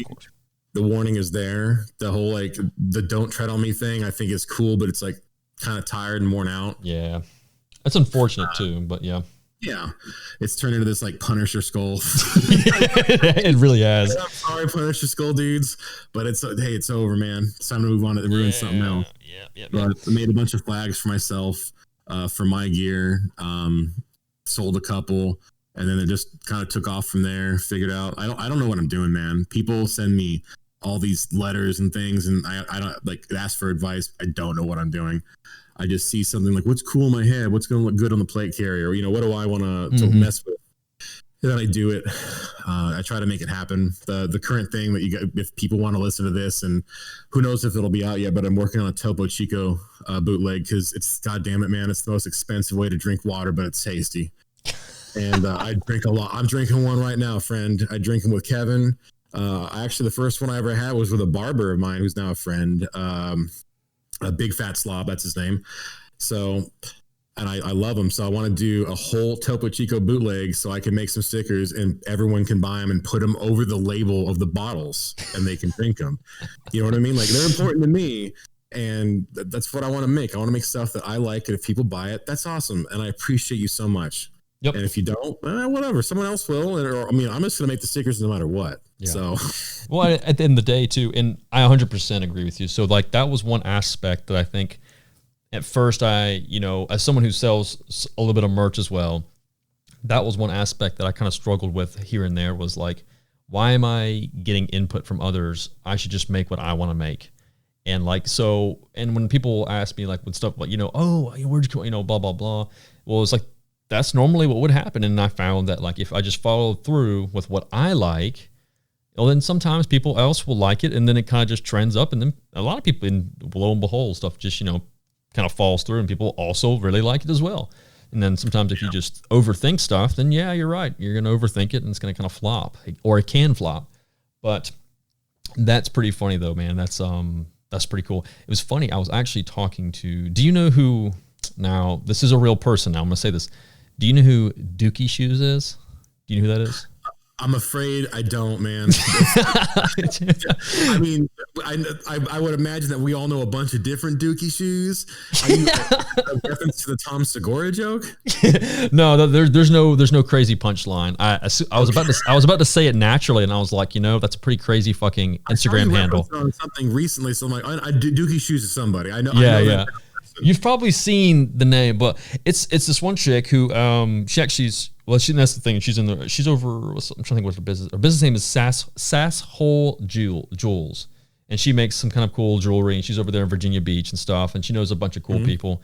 I think I'm trying to remember what that one group she did some stuff with. But regardless, but she had brought up how much she was like, you haven't lived until you've had Topo Chico, and like just today, she like sent, she had this thing posted about Topo Chico, and I was like, damn, I forgot about buying some of that stuff. So you brought that up. It was just a crazy coincidence. That's the whole Dookie Shoes story. So yeah, man, go grab it. Go grab some. It's pretty enjoyable. Stepping off from the privateer thing, it became the more and more I thought about it, coming up with different flags, different ideas, like less about like, how do I sell stickers to people? It's more like, what do I like? It's hard to figure out what I like, because you can sit there and like, put night vision on something and it's tactical. Like, that's not me. It looks cool on some stuff. I don't want to pull that off. That's someone else's gig. Yep. I was talking to Albert Defense, and he's a really, really rad guy, great friend. If you want to know about hardcore music or stuff like that, hit that cat up, because he knows it. We talked about like, kind of like, for lack of a better term, embracing your scumbag. People talk about being the gray man. Like, it means like dressing like a loser sometimes, dressing really low key, wearing like the Unity tactical clutch, how you conceal carry, what you carry with you, the mindset changes and things like that. And I live in California, man, and I'm going to tell you, and everyone listening right now, literally, free men don't ask permission. You see what's on the account, you see what we do. It speaks for itself. Go out and be a good dude. Go buy the things that you want. Don't be like me and air it. Like, you guys have a lot of stuff to lose. Don't narc on yourselves and post stupid shit on the internet, but go out and get what you want. Be safe and, be excellent to each other, because you might have to use the stuff someday. I don't think you will. I don't want you to, but be proficient in it. So, being a California guy, that's a big thing too. Yeah. That's just one of those things, man. Have you, and just because I know you're a gun dude, but, has that ever been something where, because of the restrictions in place, have you ever thought about moving out of California or moving somewhere else? I don't give a shit. Yeah. People have told me, and I might move to, across to another state. I'm real big. I'm born here, came up in Vegas, came back here. I'd like to go back. I have some roots there, but I have got a really good gig here. I have a recession-proof career outside of privateer group. 40 to 60 to 70 hours a week that I'm very, very into. Freedom is a mindset. Yeah. If I move to Texas, then I get, I guess, worse property taxes. And then, like, I don't know the laws there. So, like, if someone gets caught with marijuana, they get fucking go to the death chair or something, right? Double-bladed knives. I think they only recently have, like, good knife laws. Who cares, man? Don't get caught. Be safe. Don't get caught.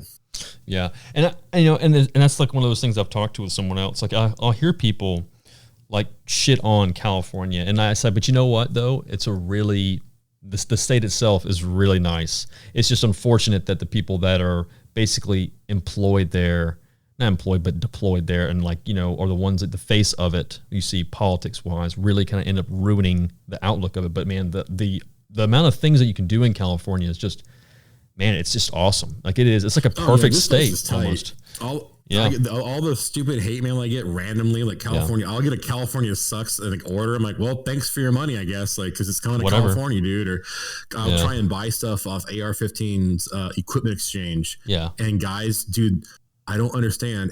Sometimes it's not even an issue of possible legality of shipping to California versus receiving versus ownership versus whatever in California law. They just won't ship to California because fuck you, California. It's this extremely ignorant field of view. And I'm like, fine. I mean, if you hate money, that's fine, guy. But like, I don't know what California did to you. Yeah, there's a lot of really bullshit, authoritarian, liberal dudes here who ruin it for everybody else. But we're not. I'm not a fucking liberal. Pardon me. We as in Californians aren't responsible for every bad thing ever that's happened in America. Like, get over it, dude. Yep, and you're right, man, and you're right. It's not like everyone. There's no reason to harp on that too much. But hey, man, if someone welches on you an AR-15, take it to the fucking negative thread, bro. Report his ass. Give it to what's that guy who used to be in there all the time? He was always like the head honcho in the negative feedback thing. Oh, I can't remember what his name is. He was always pretty funny though. I know what you're talking about. Maybe it's Stryker. All those something. Dudes, I probably almost got myself banned there again. I got banned a while back. If you haven't been banned on ARFCOM, you haven't been on the internet, but I digress. A dude wouldn't sell me some parts that only because one other manufacturer won't, I'm not going to say the part, won't send them to California or shipped it. Doesn't have anything to do with legality. Like, he wouldn't do it. And then like mods got involved. And I'm like, bro, first of all, I don't know why I got this bad. I just wanted my thing. my bad on it, but like it's completely legal to own this here, and I don't know why you're being so weird about it. Like nothing. It's not even like a weird part, and I'm specifically being vague to make people like freak out when they're going to listen to it. Like, what's the part private to your group? It's a roll pin.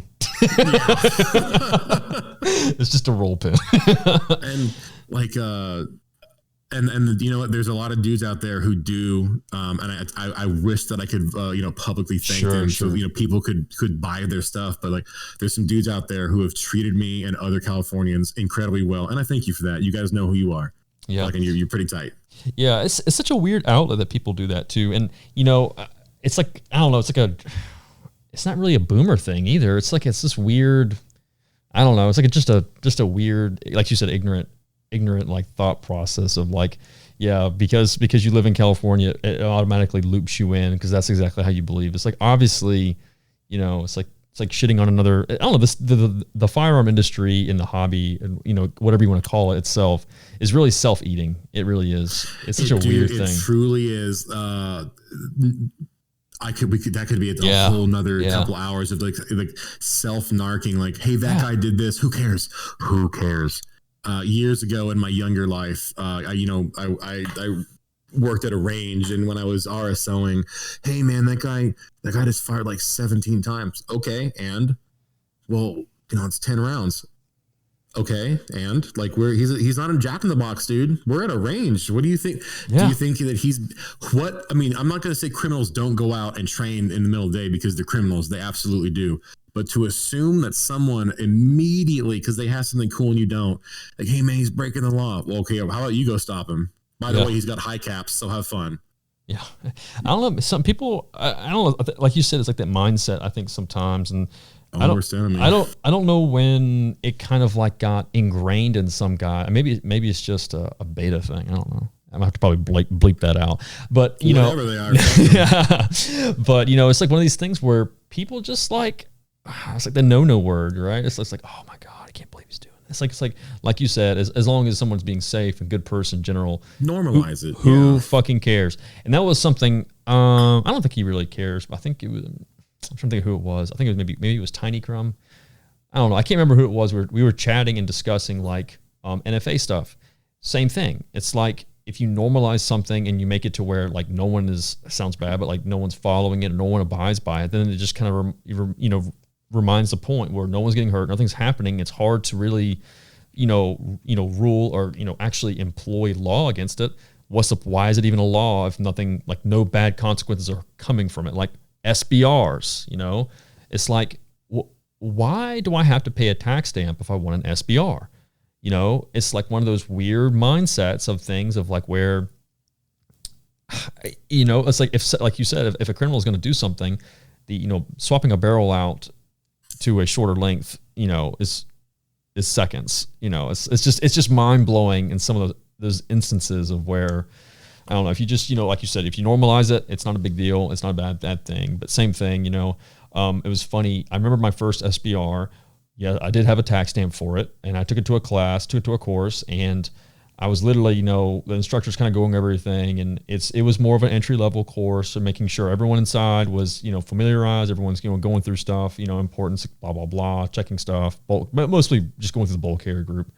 So, I bring everything out. Obviously, I'm familiarized with what I'm doing. I've already, and the guy next to me, turns out, is law enforcement, and not even federal, like not even anybody special, just Joe Blow cop, right? And he was like, hey, you got a tax stamp for that? And like, I thought he was joking. I kind of just laughed it off. And then I realized he was serious. And I was like, I do, but it's none of your fucking business. And it's just how it goes. Yeah. And it's just like, I was like, yeah. And what are you going to do? It's like, what, are you going to arrest me? No, you have literally no, you can't do fucking anything. I don't have to show you that's what I was like, you don't have to fucking show you my tax stamp, whether I have it or not. It's like, it's such a weird thing, man. And it's like, I don't know. It's like, obviously you're in a course to better yourself or do something. You're not, intermingling with anything. And someone goes out of their way to like, oh my God, yes, something, whatever it is. It's just, I don't know. Mind blowing, dude. Can't help themselves, man. They're weak cowards. Yep. Themselves. Yeah. Sometimes they don't want to go and put the black mask on and tell the guy that you can't have the NFA or the this or that, or guess what? None of those laws stop anybody. And you know what? I tell everybody, you don't need shit to get an SBR. Yeah. I'm not telling anybody what to do. Yeah. And you take the risk. Legally, I'm not allowed to tell you. Yeah. But you know what? And that's something else too, man.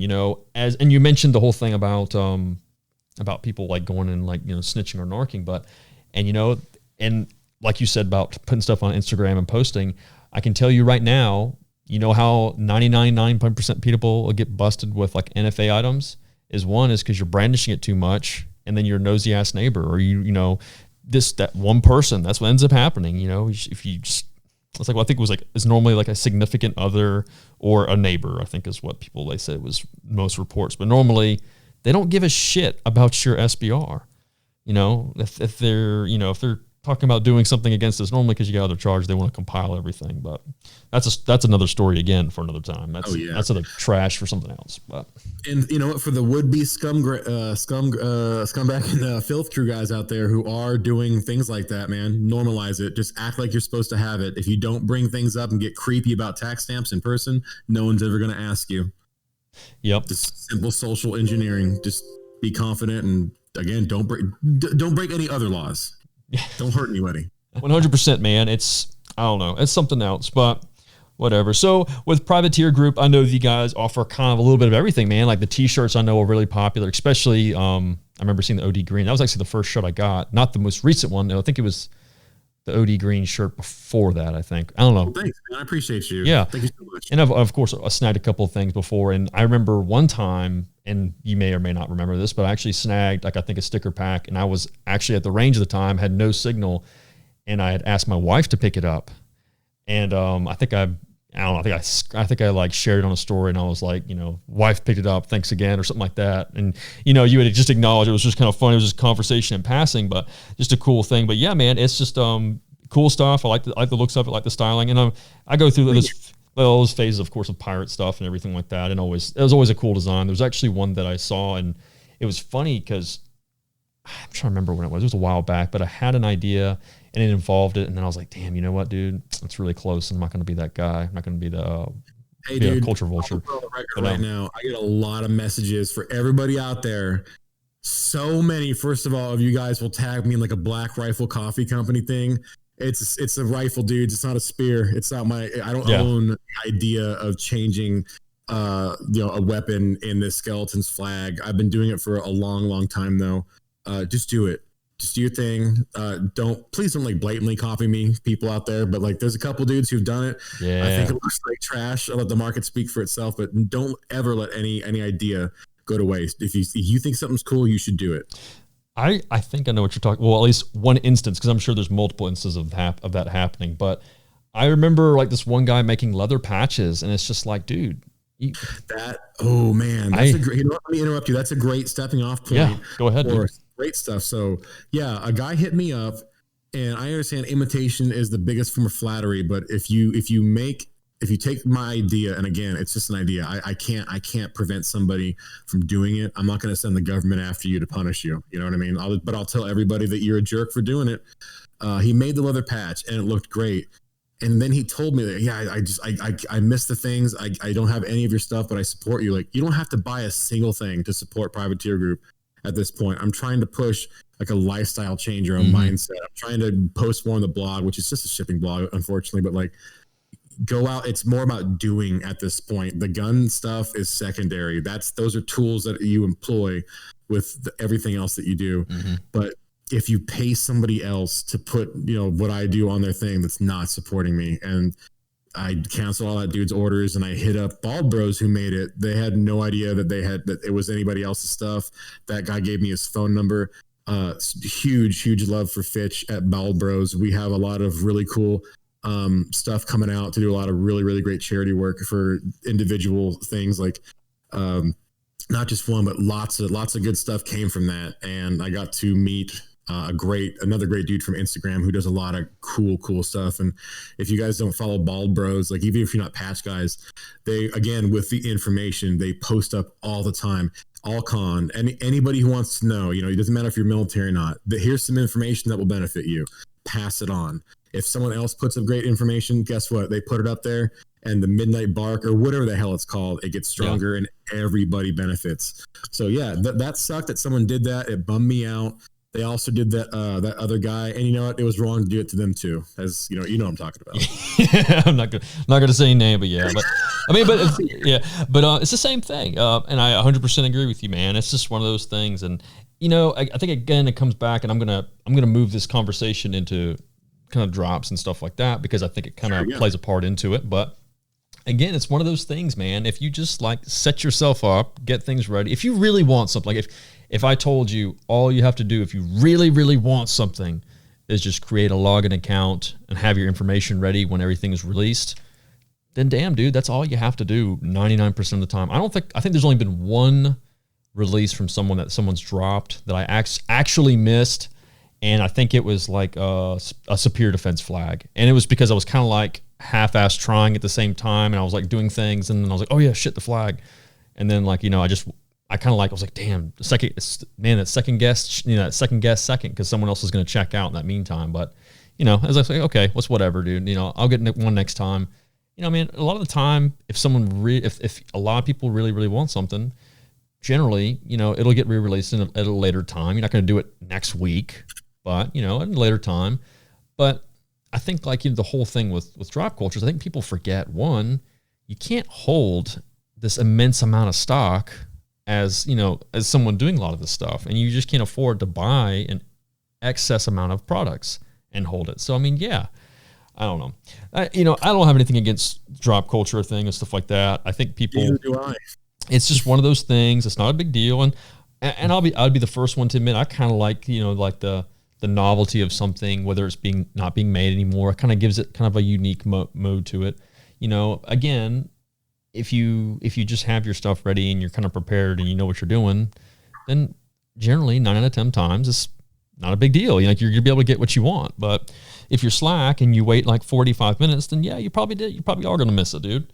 So it's hard to walk that line, man. Yeah. There's so many different things, like the whole drop culture thing. Like that's not you, but that people push that on what I do and what I sell, and it's never ever been even remotely part of whatever equation that I'm working with in my head. Like at no point the hamster spinning that wheel is ever like, how do I introduce artificial scarcity to drive up the fear of missing out?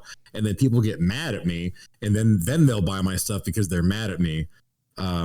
The cart robbing stuff, I feel bad for guys. Like sometimes guys will order 10 things and it goes to like a task force address and like some Syria. I'm like, that's cool. They're not flipping my stuff. I have no idea who's flipping it, or like these scalpers or whatever it is. I try and make as much as I can, but I am just one person. Yep. And I can't set an inventory. It's just to offset what I'm doing. I wanted an ejection port cover with my logo on it. R-Barms made it happen. R&B Arms. Rock solid, dude. I made what I thought. I didn't think anyone would buy them, first of all, because the novelty of an engraved ejection port cover, for the most part, in my opinion, is pretty cringy. But it was cool, and some dudes really reacted great to it because the ejection port cover open, time's up. Yeah, let's have a fucking funny laugh. People like it, and I can throw on a rifle, and it's fun. It's kind of cringy. It is what it is. But I made a bunch of them. I had no idea people wanted it been that bad. More coming. The pre-orders with the shirt stuff, like that's hard. Like sitting on people's money while I have shirts being made. I hate it too. People who make my shirts, House Party Distro, they are the best in the biz, but people don't want to read the fine print, man. I'm sorry, guys. USPS is slow. You don't want to pay for UPS. I will gladly swap to new shipping if people want to pay more, but I want to keep it cheap for everybody. If there's a problem with your package, I'll make it right. It's incredible how many things we will drop off, and it just never leaves pre-shipment info. Like I don't know where this stuff goes. It's baffling. And then unfortunately, the person on the end of this who buys it doesn't know that. They're worried about their own problems. They're paying their own bills, and then they don't get their stuff. And I want to provide for these dudes, for lack of a better way of putting it. Like, they feel included. Like they made the privateer drop. They got that dopamine hit. They got the Sure. cool fucking catch that they can either flip. If they flip it and get something cool in return, that's cool too. You don't have to. If it's a means of bartering to get something that you want, get it too. That's so tight. And they feel included and all that stuff. And I try and keep it cheap here and there, all of it. But I can only make so much. And then they send an angry email. I'm like, sorry, dude, I didn't know that USPS ate it. Sometimes it happens. It's unfortunate that it was yours. Dude, there's some guys like who live in California, Huntington Beach or Long Beach rather, and the post office can't figure it out how to get it to you. It's crazy. Yeah. It's saying that I have to swap to UPS. Sorry, go ahead. Yeah, no, and I'm right there with you, man. I mean, even obviously, I will be the first one to say I don't move stock like you. It's just what it never. But even on a smaller scale, I had stuff like that, just like that. And it's like it's almost like some people almost think I'm using it as a cop out or something like that. And so far, I'm sure it'll end up happening. I'll have someone bitch and complain. But, for the most part, everyone's totally understanding as long as you're clear and transparent with them. And, normally everything's good to go. But, same thing. And it was wild, man. It was like, guy was like, so are you going to ship my stuff? And, I honestly, I just, going through all the tracking information, stuff like that, I just can't keep up with every single tracking number. And I normally will scan through, take a day or something like that, make sure, okay, that's been shipped. And everyone knows that through the months of pretty much November. I mean, it's, USPS has always had some issues, but obviously like November through now, they just, they've just head up their ass kind of stuff. Yeah. Baffling. And, yeah. What happened? And absolutely, just like you said, and I had never seen it before, but just like you said, I dropped stuff off. I remember dropping it off. Remember literally seeing some of these names. I'm like, yeah, I remember this guy, blah, blah, blah, dropping it off. And voila, I walked out the door and I dropped it off in an actual post office, like it's being dropped off individually, and, week later I look and all that stuff is still quote unquote pre-shipment. And then I'm like, damn, did I actually ship that off? And then I'm like, kind of like looking like, I'm pretty sure I did. And then, second guessing. But sure enough, I was like, oh yeah, I forgot. I returned that stuff for my wife as well. And that's still in pre-shipment. And it's like, there goes all that money out the door. Cause at the end of the day, if you can replace it, et cetera, you can. But my issue was like, well, damn, my poor wife is trying to return this stuff and the people you're returning to don't believe you that you're actually returning it or trying to exchange something. And there's no way to prove it. Yep. And like you said, like it's still quote unquote pre-shipment. So it was never scanned in. So it's literally like in forever purgatory. I don't know how it happens either, dude. I don't know how it happens.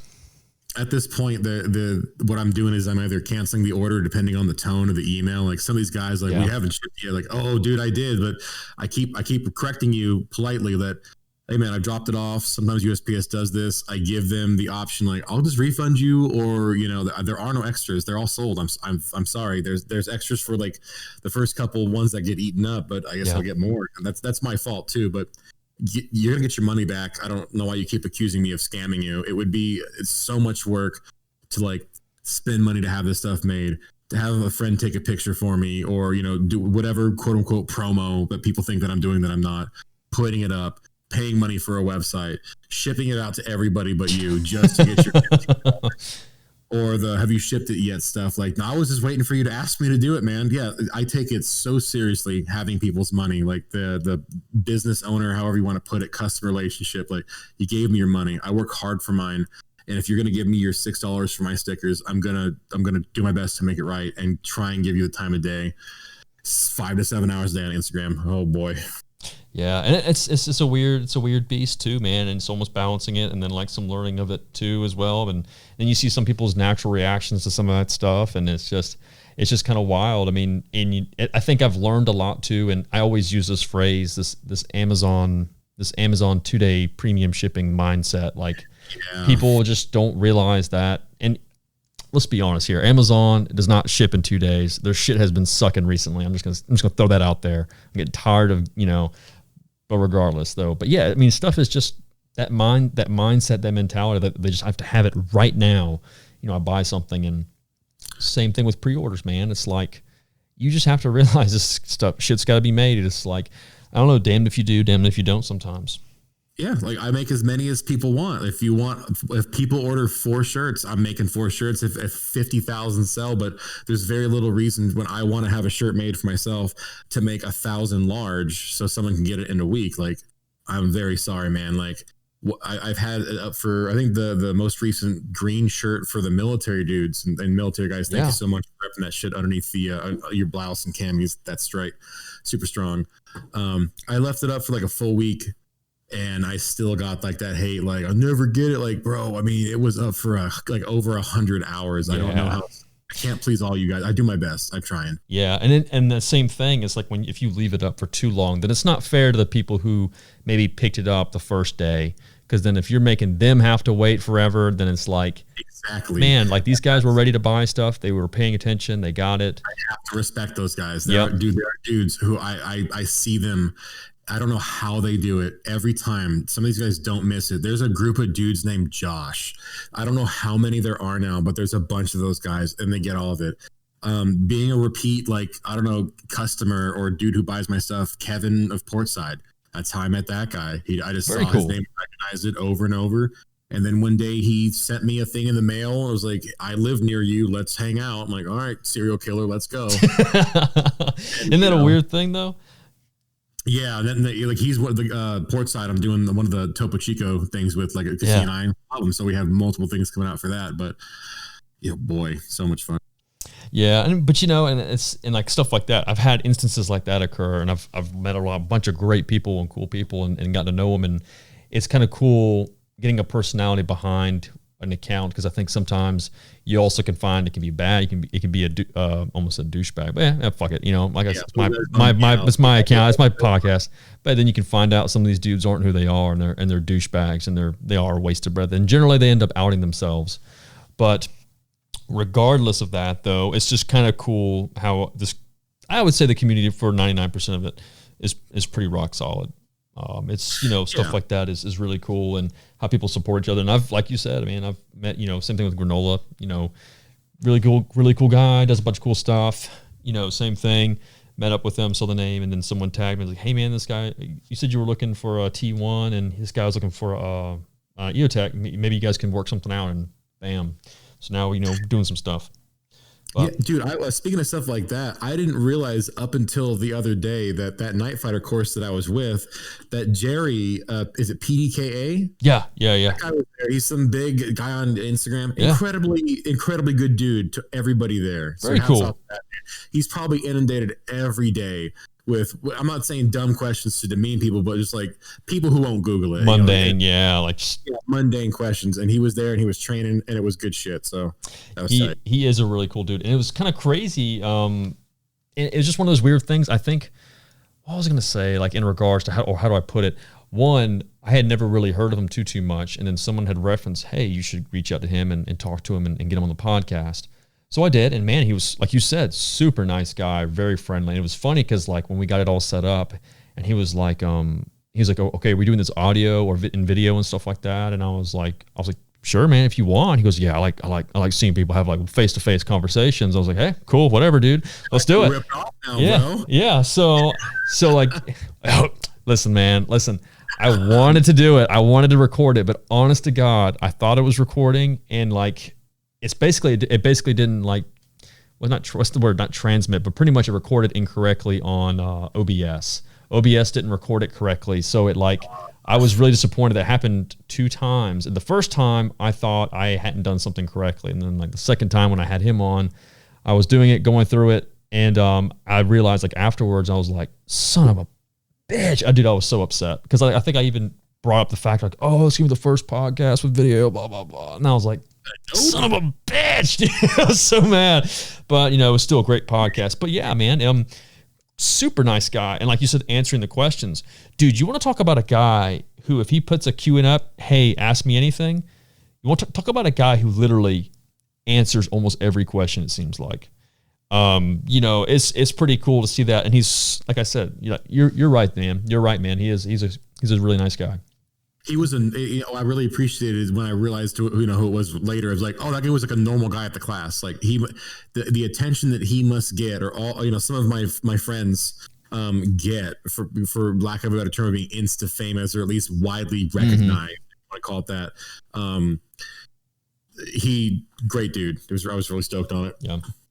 I'll bring up Jamie a little bit too, and it's funny that you bring that up. Is he kind of had the same personality, and it was like someone had brought up they had just gone to one of his classes and blah blah blah. He's like, oh, you really like this guy, and I was like, yeah, I know exactly who that is. I was like, and they at the time they had no idea who he was, his background. He's like, yeah, man, he had a really cool rifle, and he's like, they had taken one of his night courses, I think, in Florida.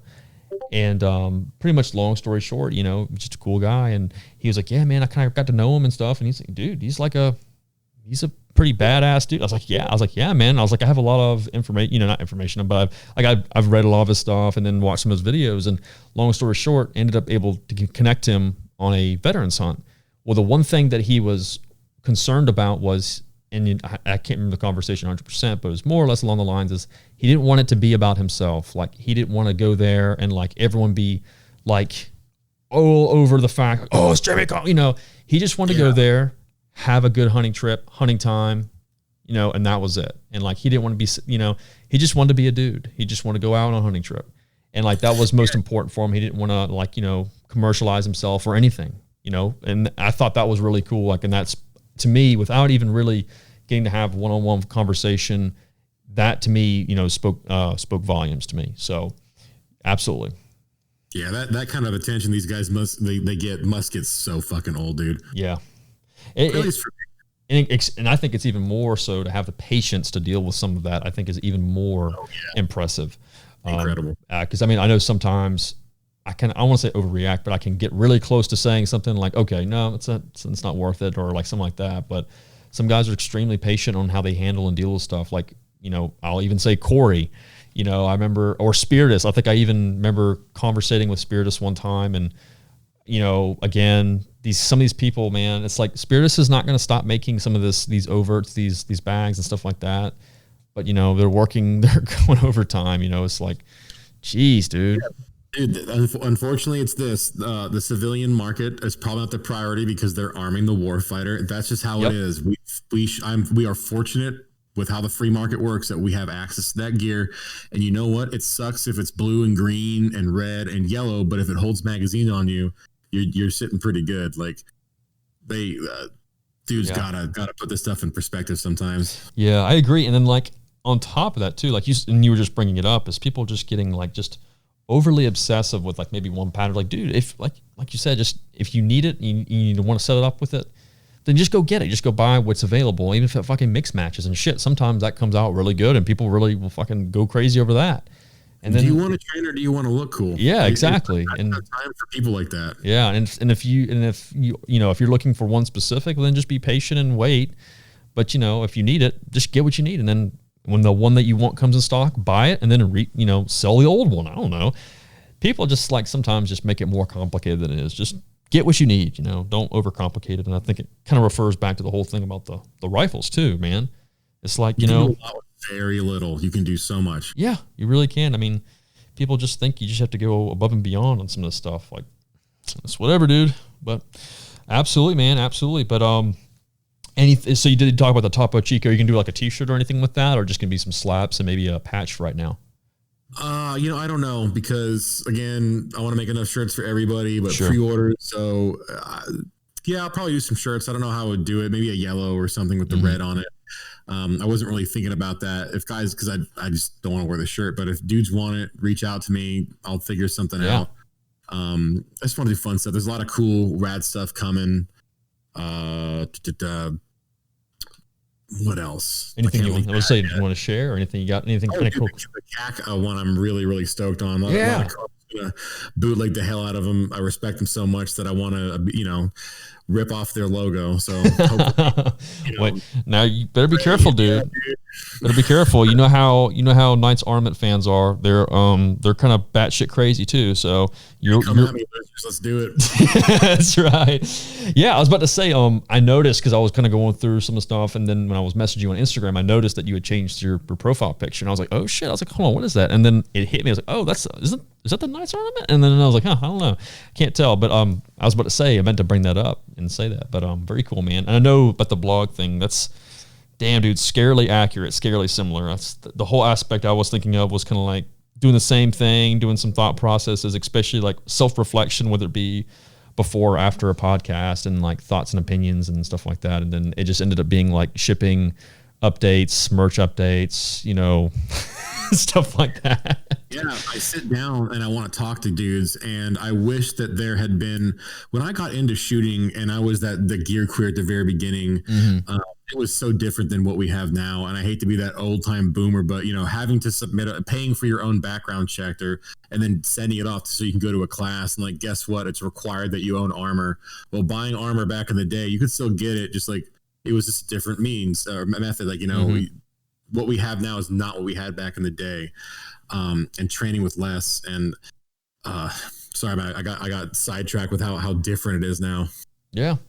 No, I mean, I think you're right though. It really is different times, and stuff also advances crazy, which is what I was going to say, discussing with like, with Spiritus is just, I think the way they went about it is kind of way ahead of its time, being modular stuff, adaptable, and they great just stuff. Created, I don't want to say anything's ever perfect, but they made just a great product that can just fit multiple roles. And then again, you can outfit it yourself. I mean, that's kind of like what the big thing is these days is modular, you know, being able to modify something to what your needs or what you want is I think is just so important. And that's like one example. It's like, you don't have to buy every single thing that Spiritus has for a chest rig or for a plate carrier. Just get what you need, you know, get what you need to train. But 100%, man. Well, damn, dude. Yeah. I wanted to do more personal stuff on the blog, you know, leave people with some sort of stupid note, call your buddies if you think they're sad. You know, I come from a day and age where it was suck it up, loser.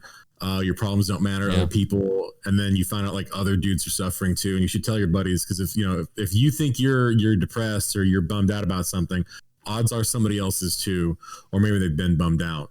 Or, you know, dry fire. If you think you're dry firing enough, you're probably not. I want to post drills up there, but I sit down and I just go right into business mode. And, okay, well, it's shipping time. And yeah, I'm right there with you. So I was going to say, so do you get a lot of your product in and then you're actually the one shipping and stuff like that? It's pretty much, cool. My wife does a lot of this stuff. Yeah. We double check everything. I'm pretty detail oriented with this because again, it's not my money. Like there was a trade, and until you have your stuff, I'm liable for it. The shipping, taxes, the government wants their cut. So I never saw running this thing like a business. And to be honest with you, man, it is fucking hell on earth. But it is what it is, and we got to roll with the punches. And you know, it's always forward. Right. I try to make just. You mentioned the logo. People were asking me about a schedule. I don't schedule anything. I have a bunch of artwork that I try and get that I like. I'm like, you know what? I want to wear the shirt now. So now I have to go make a bunch of shirts, and I'll make a patch with it. And this means that. And so it's just whenever I want to buy stuff, really, dudes who are asking about like a schedule or things in the future, long-term goals. So that's cool, man.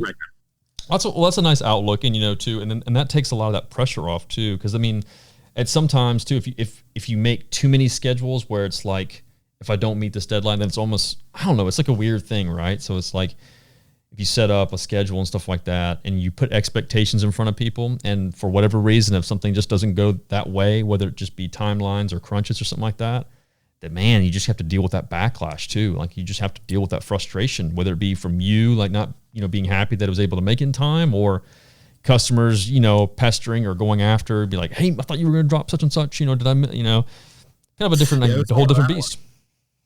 A lot of it, man, at this point is, everything goes out so quick, and I'm thankful, but there is a huge responsibility. I feel obligated to make sure it's super fucking rad and cool every time. But in reality, I'm just so thankful that people buy it to begin with. Mm-hmm. I want to give people have this expectation, and I don't. It's you know, it's an unwritten thing, and no one communicates things here and there with some people like, just make this. Like I don't. I'm not a skateboarder, man. It would be kind of stupid for me to fucking sell a skateboard if I don't board. I mean, I don't care about being a poser, but I don't. for me personally, this is not me throwing shade or pontificating on how anybody else does something. Dude, there are like literal, just like, I'm a sticker factory and I make cool designs and sell them to people on Instagram, and that's tight because people are buying that shit. That's awesome. But I gotta answer to myself at the end of the day. Like, I think the moment that I start making stuff to make stuff, like, it's January, better do it this way. The harder I think about that, it just sucks. Like, I feel like I would be, what is this product? What does this flag mean going out? Like, people want to know that black heart that I put on the pins. Like, I think that I've never killed anybody, but I know people who have. And I think for anybody to pull a trigger on another person for any reason, extreme self-defense, you have to have a little black in you, a little darkness in you, because you've seen people like get attacked and not fight back, and you see what happens to them. So that's what that means. And everything I put out, I want to have something, I told you, the rifle pointing away, stuff like that. It all means something. And if I put it out and someone asks me, hey, what's the story behind this? I don't have a story. That's a bad answer. That's boring. I didn't fulfill my end of the obligation to give the dude who bought the shirt like a cool fucking story. That's very cool, man. And then I think adds a little bit more personality to it, first of all, and then also adds kind of a personal attachment to it. Like you said, it's not just making something just to make something. And I'm with you, man. I've had the same kind of request at times of like putting something somewhere or doing this, such and such. And it's just like, oh, yeah, it's cool, man. Like, I think I try to be nice about it, and maybe I'm outing myself, but it's like, yeah, man, that's nice, dude. But that's not really my style, or maybe in the future or something like that. And it's just my way of kind of playing it. Yeah, it's hard. It's hard to tell people no. Yeah. It's hard to say that I already thought of that, or it's most of the time I don't even think their ideas are stupid. It's just like I've already thought about it, or it's got no bearing in my life. Like someone wanted me to do some bulk carrier groups, and while I was extremely flattered, I run nights, dude. I'm not gonna improve on that. Why would I take out a working part of this system of a company that I'm bootlegging? Shout out to Trey, and then put in something with my own. That's, the ejection port door cover. It's ejection. Yeah. But like a bulk carrier group, I can't do that. Yeah. Stuff like mag extendos are coming. Working with a guy who's been really, really fantastic. Going to do some cool extendo mags. Cool. Because I use those and I want everyone else to use them, and we're going to try and make as many as we can for everybody, because I want everybody else to have rad shit too. Yeah. And I think that's a really good point too. Like you just said, and I think that also comes back to people just making stuff just to make stuff. It's like, I'm trying to think of how to say it, but yeah, I 100% agree with you on that one. It's like, sometimes you just have to realize that there's no point in making something if there's just no way of improving a current product on the market or something you wouldn't use in the first place. Yeah. And it's the same way. Everybody's into different stuff. Yeah. And that's just one of those things. I mean, I 100% with you, man. Very cool. Very cool. Damn, dude, we've been bullshitting and chatting it up for 2 hours and almost 2 hours now, man. That's wild. Oh, you're not too afraid. We're not scared now. We're not. Is this the end? No, I don't know. Wait, is it the end? We can keep going if you want. We can keep going. I told you, I cleared the whole schedule for you, dude. This is a vacation, because when I come back to Instagram and check those emails, it's over, friend. It's someone sending feet pics for some reason. Oh, shit. Like, oh, boy. Do you have one of those people? Do you have one of those people who does that? I have, most recently, it feels like a coordinated effort. Every time I put up like one of those, like, what are your questions? Or, what are you guys doing today? Yeah. It's more often than not, I get a lot of the weird, like, PP burn, or can we touch PP? And guys, it's funny, but I'm never going to respond to it. I just brush right through it. Like, just selling yourself short. But yeah, I get a lot of weirdos. Some of these guys put really great comments in the orders. So I love it. I've never even thought about doing that. I should open that up and put that, like, the comments thing, just to see what people say. But same thing, like with Q&As and stuff like that. I had this one guy who, it was a while back when I was kind of first starting off, and I did a live, and he was like, what's it going to take for you to show feet? And I will be completely honest, dude. My feet, they're fucking awful. Like, I have terrible looking feet. Like, I don't ever show my feet off. They're just, I can climb a tree really well with these feet. I'm gonna leave it just like that. That'll be really funny to people who actually know what my feet look like, which is like 5 people, basically family, and the people who subscribe to my OnlyFans. Damn, Frodo. But it was like this one guy, and he's like, "What's it gonna take?" And I was like, "I don't know, man. 2,000 something followers. I don't know." And at the time, like I said, it was like, what I was doing was just more passive. I was like, maybe it'll happen, maybe it'll keep going. And dude, I kid you not, when I get close to the follower count, this guy was like, time's ticking to see them feet. Oh, And I was like, son of a bitch, this guy remembered. I was like, damn. So it was like every time I do a live now, he normally will pop in. He was like, "You showing them feet yet?" or something like that. Just funny, dude. Funny. I was like, dude, I'm about to make it literally. I'm about to buy stickers of my feet and just mail every one of them to you, just for the dedication of following through with this, just for the mint of it. So for fun stickers, there's a sticker going out that it's not going to be for sale just because it's funny. I'm like, why not make a sticker that's completely fucking stupid? I get back at the casino hotel from Night Fighter, and I look in the mirror and I look fucking awful. We're peak COVID. No, why shave? Why shave if I can't go to get a haircut? And then cropped my head out, and I had my buddy throw a black bar over my eyes, and it just says bum fights. And I can't really explain why, but I figured if I throw it in there, maybe people will dig it. Maybe I'll change it to say privateer group. But it was just because it's fun. Like, can't charge people money for that, so just have fun. Yeah, I think that, again, like that's what it all comes back to. Is like if you're not having fun, if it's something that's like dragging you down, it's miserable. Then that point, you gotta stop doing it. So, and it's funny that you say that because I had so I have like one little group chat I have with a couple buddies that I've made since this, and one of them, dude, super nice guy, very informative, especially when it comes to cutlery and knives and stuff like that, and chatting with him, and I remember he like the first time he like took a picture of like a reaction to something that was said, he like has his head thrown back, like laughing his ass off, and it was a video, and I screenshotted it, and like I basically got the picture, edited it out, and basically made it like just a PNG image, so that way you could just post it anywhere and then put it anywhere.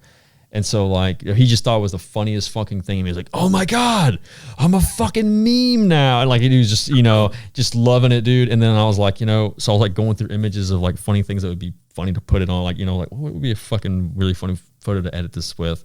And sure enough, it was like that one black guy, that big fucking girthy black man meme that was going around for a long time. Oh yeah, I know exactly. Yeah. Yeah, I'm going to say, I won't go much further than that, but I'm just going to say it just like that. And you should know what I'm talking about. So I went in ahead and got his face and put it right fucking on it, and it fit fucking perfect, dude. Sure enough, dude.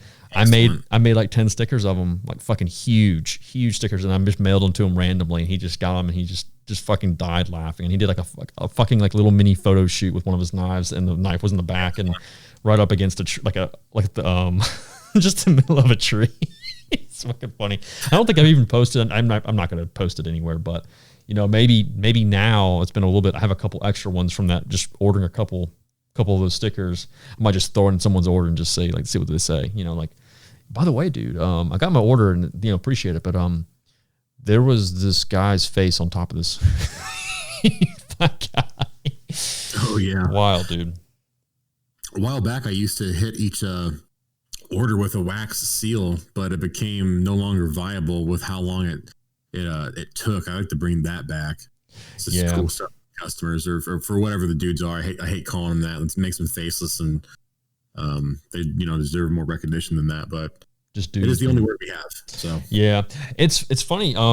Same thing. Well, I didn't do wax. I wanted to at one point, but I paused on it. But what I used to do is whenever someone would order something, I would ask them for a submission for me to doodle something on their order, which I enjoyed a lot up until the point to where it was basically backlogging orders because I was having to draw something. And some guys, again, like you talk about Q&A, questions and stuff like that, man, you just get some wacky shit requested. Like I just got some just fucking weird shit. Sometimes it was, weird stuff. It was just, sometimes it'd be incredibly funny, but then sometimes I was like, okay, I'm not drawing that. Like I think sometimes I would write, I'm not drawing that on the envelope, and then I would mail it off. And so it was just like, nah, dude, I'm not doing that. That's weird. But yeah, that was one thing that I really like doing. And same thing, man. It's just like one of those things. It's just like, just get overburdened with it. You just get burned out doing all that stuff. Some guy, I'm trying to think what his handle is, ECHT.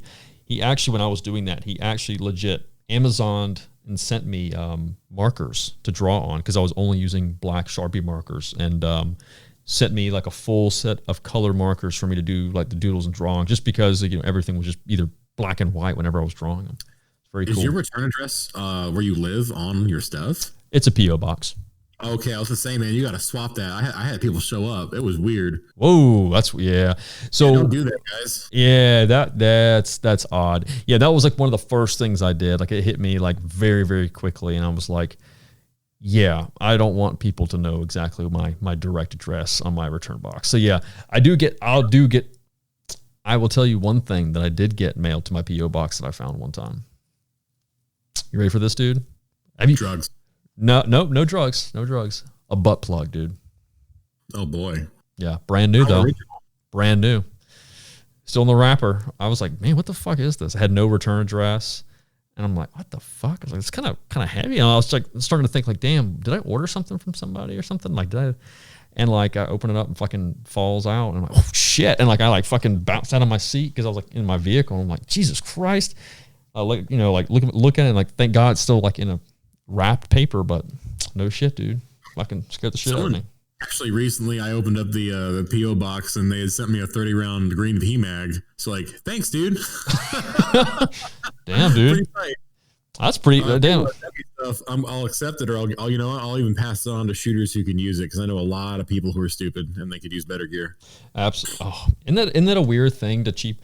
That's like that's another conversation, barn burner. But like, isn't it weird how people will go out of their way to spend so much money on something and then just absolutely just cheap out on like simpler items like magazines? Hey, what's up with that optic on your LWRC? Like, you spent the $2,600 for that weird spiral gun, and you're gonna put the NC Star op. I don't get it. Like, get a Hollow Sun. I tell all my friends, man, for the shooter at home or the would-be kid who doesn't have any money, just buy a Hollow Sun red dot. Skimp out. You don't need iron sights. Should you learn? Absolutely. But you know what? A red dot, put it on the thing, pull the trigger, and it's gonna hit it. Get a cheap, like fucking respected primary arms or like a Hollow Sun something. Just spend a little bit of money, a little bit. Yeah. I mean, I would be the first. I mean, generally when I've had people request or ask or something like that, I do have so mine's very similar to yours. I have SRO on my Glock 17, milled out and everything. So it's incredible. It's very fun to shoot, and it takes a lot of the pain out of some of that stuff. But also, learning and stuff. Actually, sometimes red dots can actually be more difficult as a shooting mechanism than just standard irons.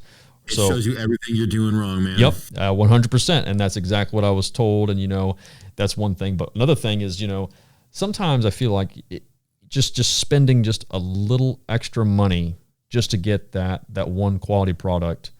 If people just skimp out on maybe getting your Starbucks coffee for like 3 weeks, then dude, you'll have the money that you need to buy, like, upgrade whatever that is, instead of, going bottom dollar, optic or whatever it is every single time. And, I don't know, like, I think sometimes people forget about the third party market. Like, you don't have to pay the, dude, tell people, buy it used. Yeah, buy it used.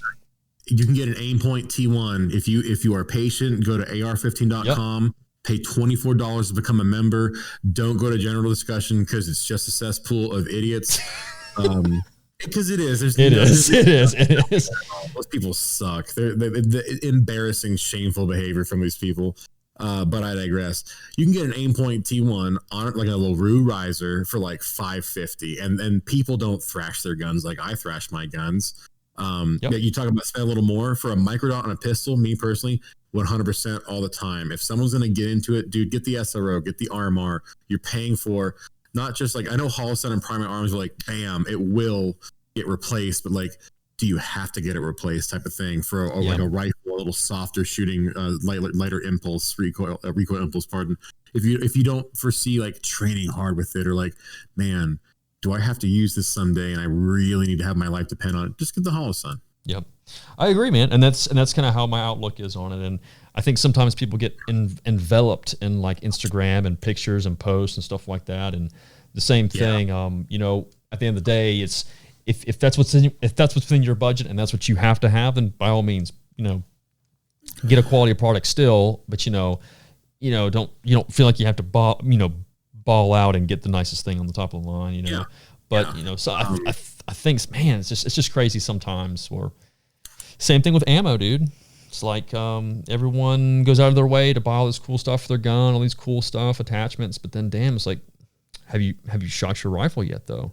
Like, have you actually sighted your rifle in? Have you actually done a course or anything? Have you actually taken it to train and stuff? It's like, it's pointless having that brand new, you know, such and such item, whether it be like, I don't know, Daniel Defense handguard, or, you know, clone correct gun, and then you don't even shoot the thing. I don't know. Yeah. It's wild. I think that sometimes these guys don't. Maybe it's because we're so comfortable and we know a lot, and that we know what's out there. Like, oh yeah, we can totally go sign up for Dark Gulag, and they'll teach us how to assault a derelict prison from a Hughes helicopter. I try to, when those guys message me, just nip it in the bud. Like, I learned from, again, referencing Pat Rogers, the mission drives the gear train. Mm-hmm. What is your mission? Unfortunately, I'm a civilian, so that's the term I have to use. Like, what's your objective? What's your role? What do you need this gear to do? Rather, what do you need? What do you have to buy to suit your needs? Yeah. I try and preach the low profile stuff. Like, I own a lot of plate carriers, but realistically, I just need to be able to hide some ammo underneath something. You know, so I get like the elastic rigs, which are really cool now. Like, owning cool gear and LARPing, it's fun and it's tight, but it's expensive and you have to pay to play. And people gotta just you can get, dude, 2 pistol pouches on your hip and 2 rifle. Even, dude, 1 rifle mag. That's all you really, really need. You can do a lot of really fun training with just that stuff, guys out there. You don't need the chest rig. It's cool though, but make sure you're using it. Yep, it's wild, man. It's wild, and hopefully, sometimes I think a lot of that times is more like entry of people. They kind of get into this and they kind of peak it, and then, you know, I think after a while maybe they kind of burn themselves out and they kind of realize, what am I doing? And so maybe that's like an expectation of them. Yeah, and then maybe they kind of mature into that mindset of, I kind of needed to use what I have and then, you know, transgress and move towards, you know, an actual goal and mission. And I've heard what you just said. I've heard that many a time. It was the same thing. It was just one of those things, man. One of those things. I think most of the time, I think people kind of comes through at some point. I tell those people, wait till they get to night vision, because at that point, it's all, dude, all those wizards and shit. And hey, guys out there, spend the kind of money you can, whatever. I'm not gonna tell you what to buy, but understand objectively, you can do a lot of stuff with just a monocle. So don't feel like obligated that you have to be like, all right, $10,000 immediately on DTMVSs. But if you can afford that, do it, dude, because they're tight. Yeah, and that's like, you know, another thing is, that's definitely something that I've kind of like, I think I was talking to Kevin about this. I go back and forth on, because at the end of the day, I feel like if I don't have a need for it, or like you said, an objective or something like that, it's like, well, then that's $10,000.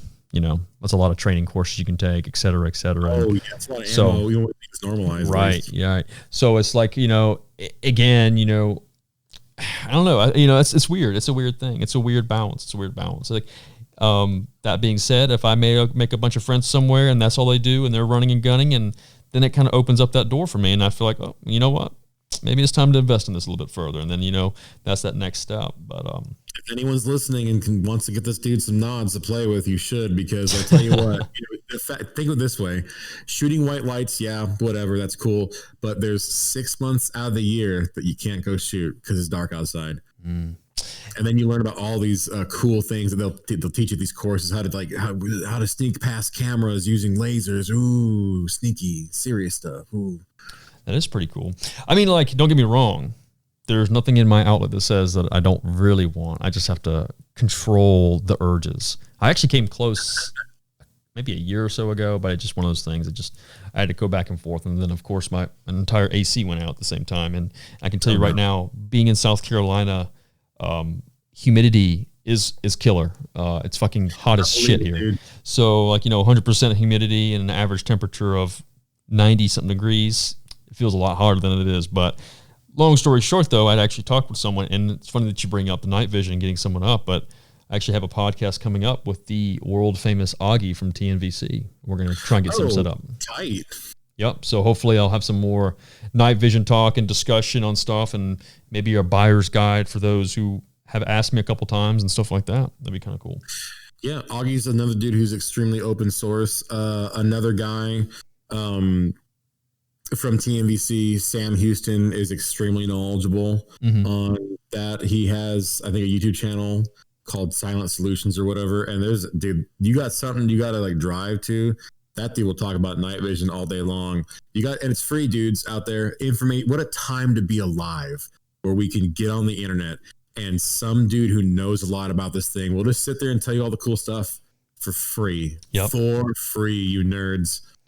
Yeah, and that's the best part too, because I think when you have guys like that, I think it extends past the sale. It's more about the passion of what they do, what they believe in too. So it's like, you know, they whatever they are preaching, they are either 100% behind it or they 100% believe it, and you know, et cetera, et cetera. So I think that's always a cool, especially a good outlet to focus on. And like you said, what a time! I mean, like, there's just so many resources available to either find, research, or locate stuff. Just mind blowing.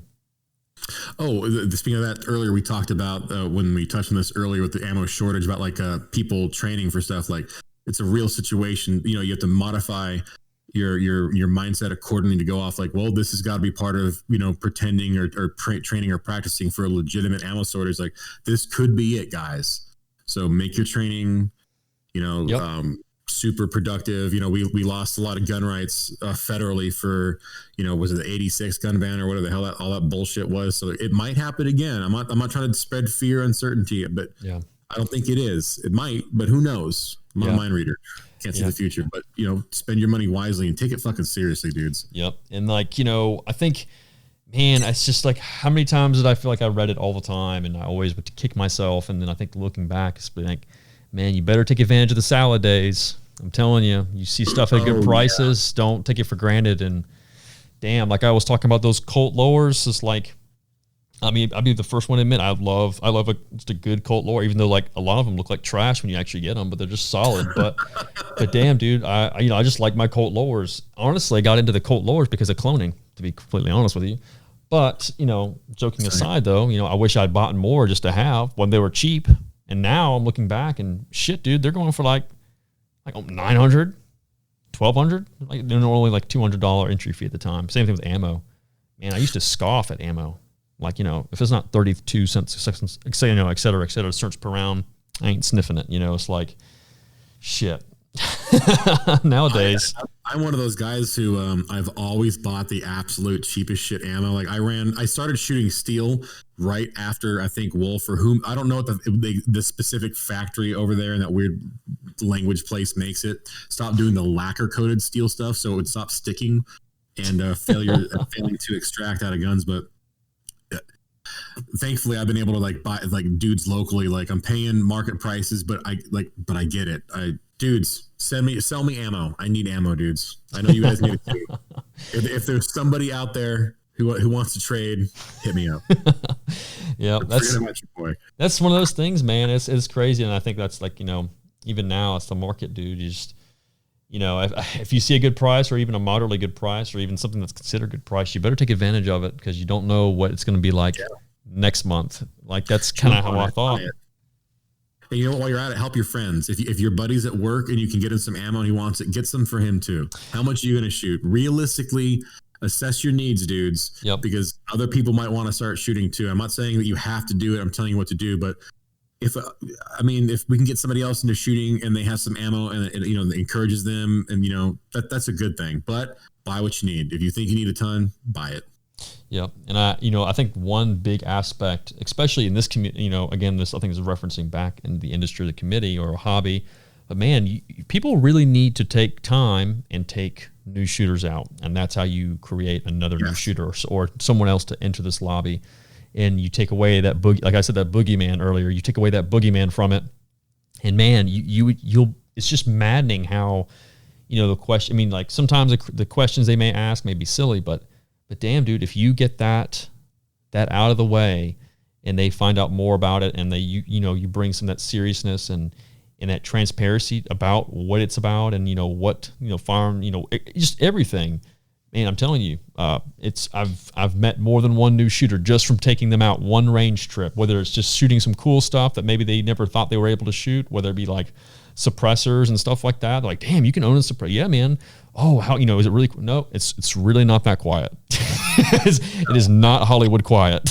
Dude, it sounds cool. It gets hot. It makes your guns super dirty, but they are so cool. Yeah. It's like, then that's a perfect example, man. It's like, oh wow, I thought they were always, like really, really quiet. Like, not with this gun, not with most guns that everyone likes to run them on, or what the media likes to popularize, So it's weird, man. It's weird world, but like you said, you got to do good with by the other people, and hopefully spread that knowledge and get people out, show a new shooter out. Like, that's, I think that's always important, is to take someone new shooting, give them a good perspective and aspect, learn about the sport, learn about shooting. Absolutely. I used to teach for a living, and it never really stops at this point, because someone asks a question, you're like, well, to answer this, I have to teach you this. And this is how some people like to do it, but do it, if you hold the gun in some weird way, but you can hit the target, I really have to encourage you to continue to do what works for you, but maybe you want to consider something else. At the end of the day, I want everybody out there to be able to employ the gun accurately to get their whatever they're going to shoot at, because I don't want you to shoot me on accident. That would just bum me out. And like, you don't want to hit random. That's just, you're better than that. Like, I'm just trying to imagine like that scenario. It's like, you get shot right in the leg. Non-lethal. I'm like, bro, come on, man. Let's step off on that. A lot of guys hit me up about armor and like steel plates and shit. And I don't know anything about steel plates versus HESCO. I'm just gonna say buy whatever you can afford. Tell you what, dudes, armor guys, that crackhead isn't gonna be aiming for center body mass or whatever. He's gonna just shoot the gun kind of at you, or maybe he's gonna freak out and pull an ND into like your leg or your foot or whatever. So remember that when you're buying all this fucking armor and stuff, like, what are you going to use it for? Do you think zombie times are coming? But the classes as well. I forgot to bring this up.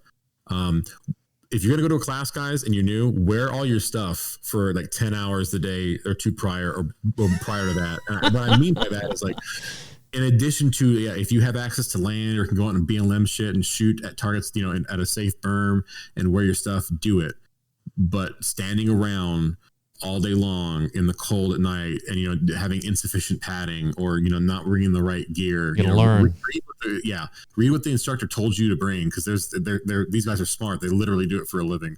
But you want to get comfortable in that, and like, you will feel muscles ache and pain that you didn't know that you had, because you've never worn 15 or 20 pounds of bullshit on yourself because you had to have the bow thing that you don't even use, or because you had to have the assault pack that you filled with whatever stuff. Like, that stuff looks cool too, but like, it's gonna be all achy later, so that feels better than looking cool. 100%. I think it kind of goes back to where, if you're gonna have it, you better train with it at least, or become familiarized with it. And you're right, man. It's funny. I think people forget, like, you take these classes and you're required to bring such and such gear, and then it's like, damn, dude, I've never even worn that before, or never used that before. And it's like, oh, you go there and you kind of end up it's really detrimental to yourself. I mean, these guys are already paid, but you're not going to be able to absorb all the material that you could have if you had just, become a little bit more proficient with what you had or what you needed.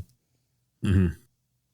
Well, good stuff, man. I think we're going to wrap it up here, but I'll say this though: how can they reach you, man? If for anyone who doesn't know about Privateer Group, which I'm 99% sure everyone that's listening probably does, but how can they find you? Guys, I can't stress this enough. If you have questions about stuff like, orders or whatever, email me. If you DM me, I'm going to forget, man, because there's a billion people asking the same question. And I have to, email me for questions like that. Other stuff, hit the DMs on Instagram, at Privateer Group, www.notablescumbags.com. Mostly shipping update stuff right now, but there's going to be other great things. And there is no drop schedule, so that's where I post stuff. I'm going to post something that I made, and it's going to go up, and then people are going to complain. But if you read it, I promise you'll get a heads up. And if a lot of people message me and say, like, oh shit, dude, are you to make a bunch? That will help me gauge how much to make for everybody, so you don't have to pay $80 for one of my dumb fucking patches. I want you all to be able to get whatever you want, but you have to communicate to me in the correct channels, and that is the DMs for stuff like that and shipping stuff on the email address, Derek, DEREK, at privateergroup.com. There you go. No excuses, dude. No excuses, especially pre-orders. You better pay attention, dude.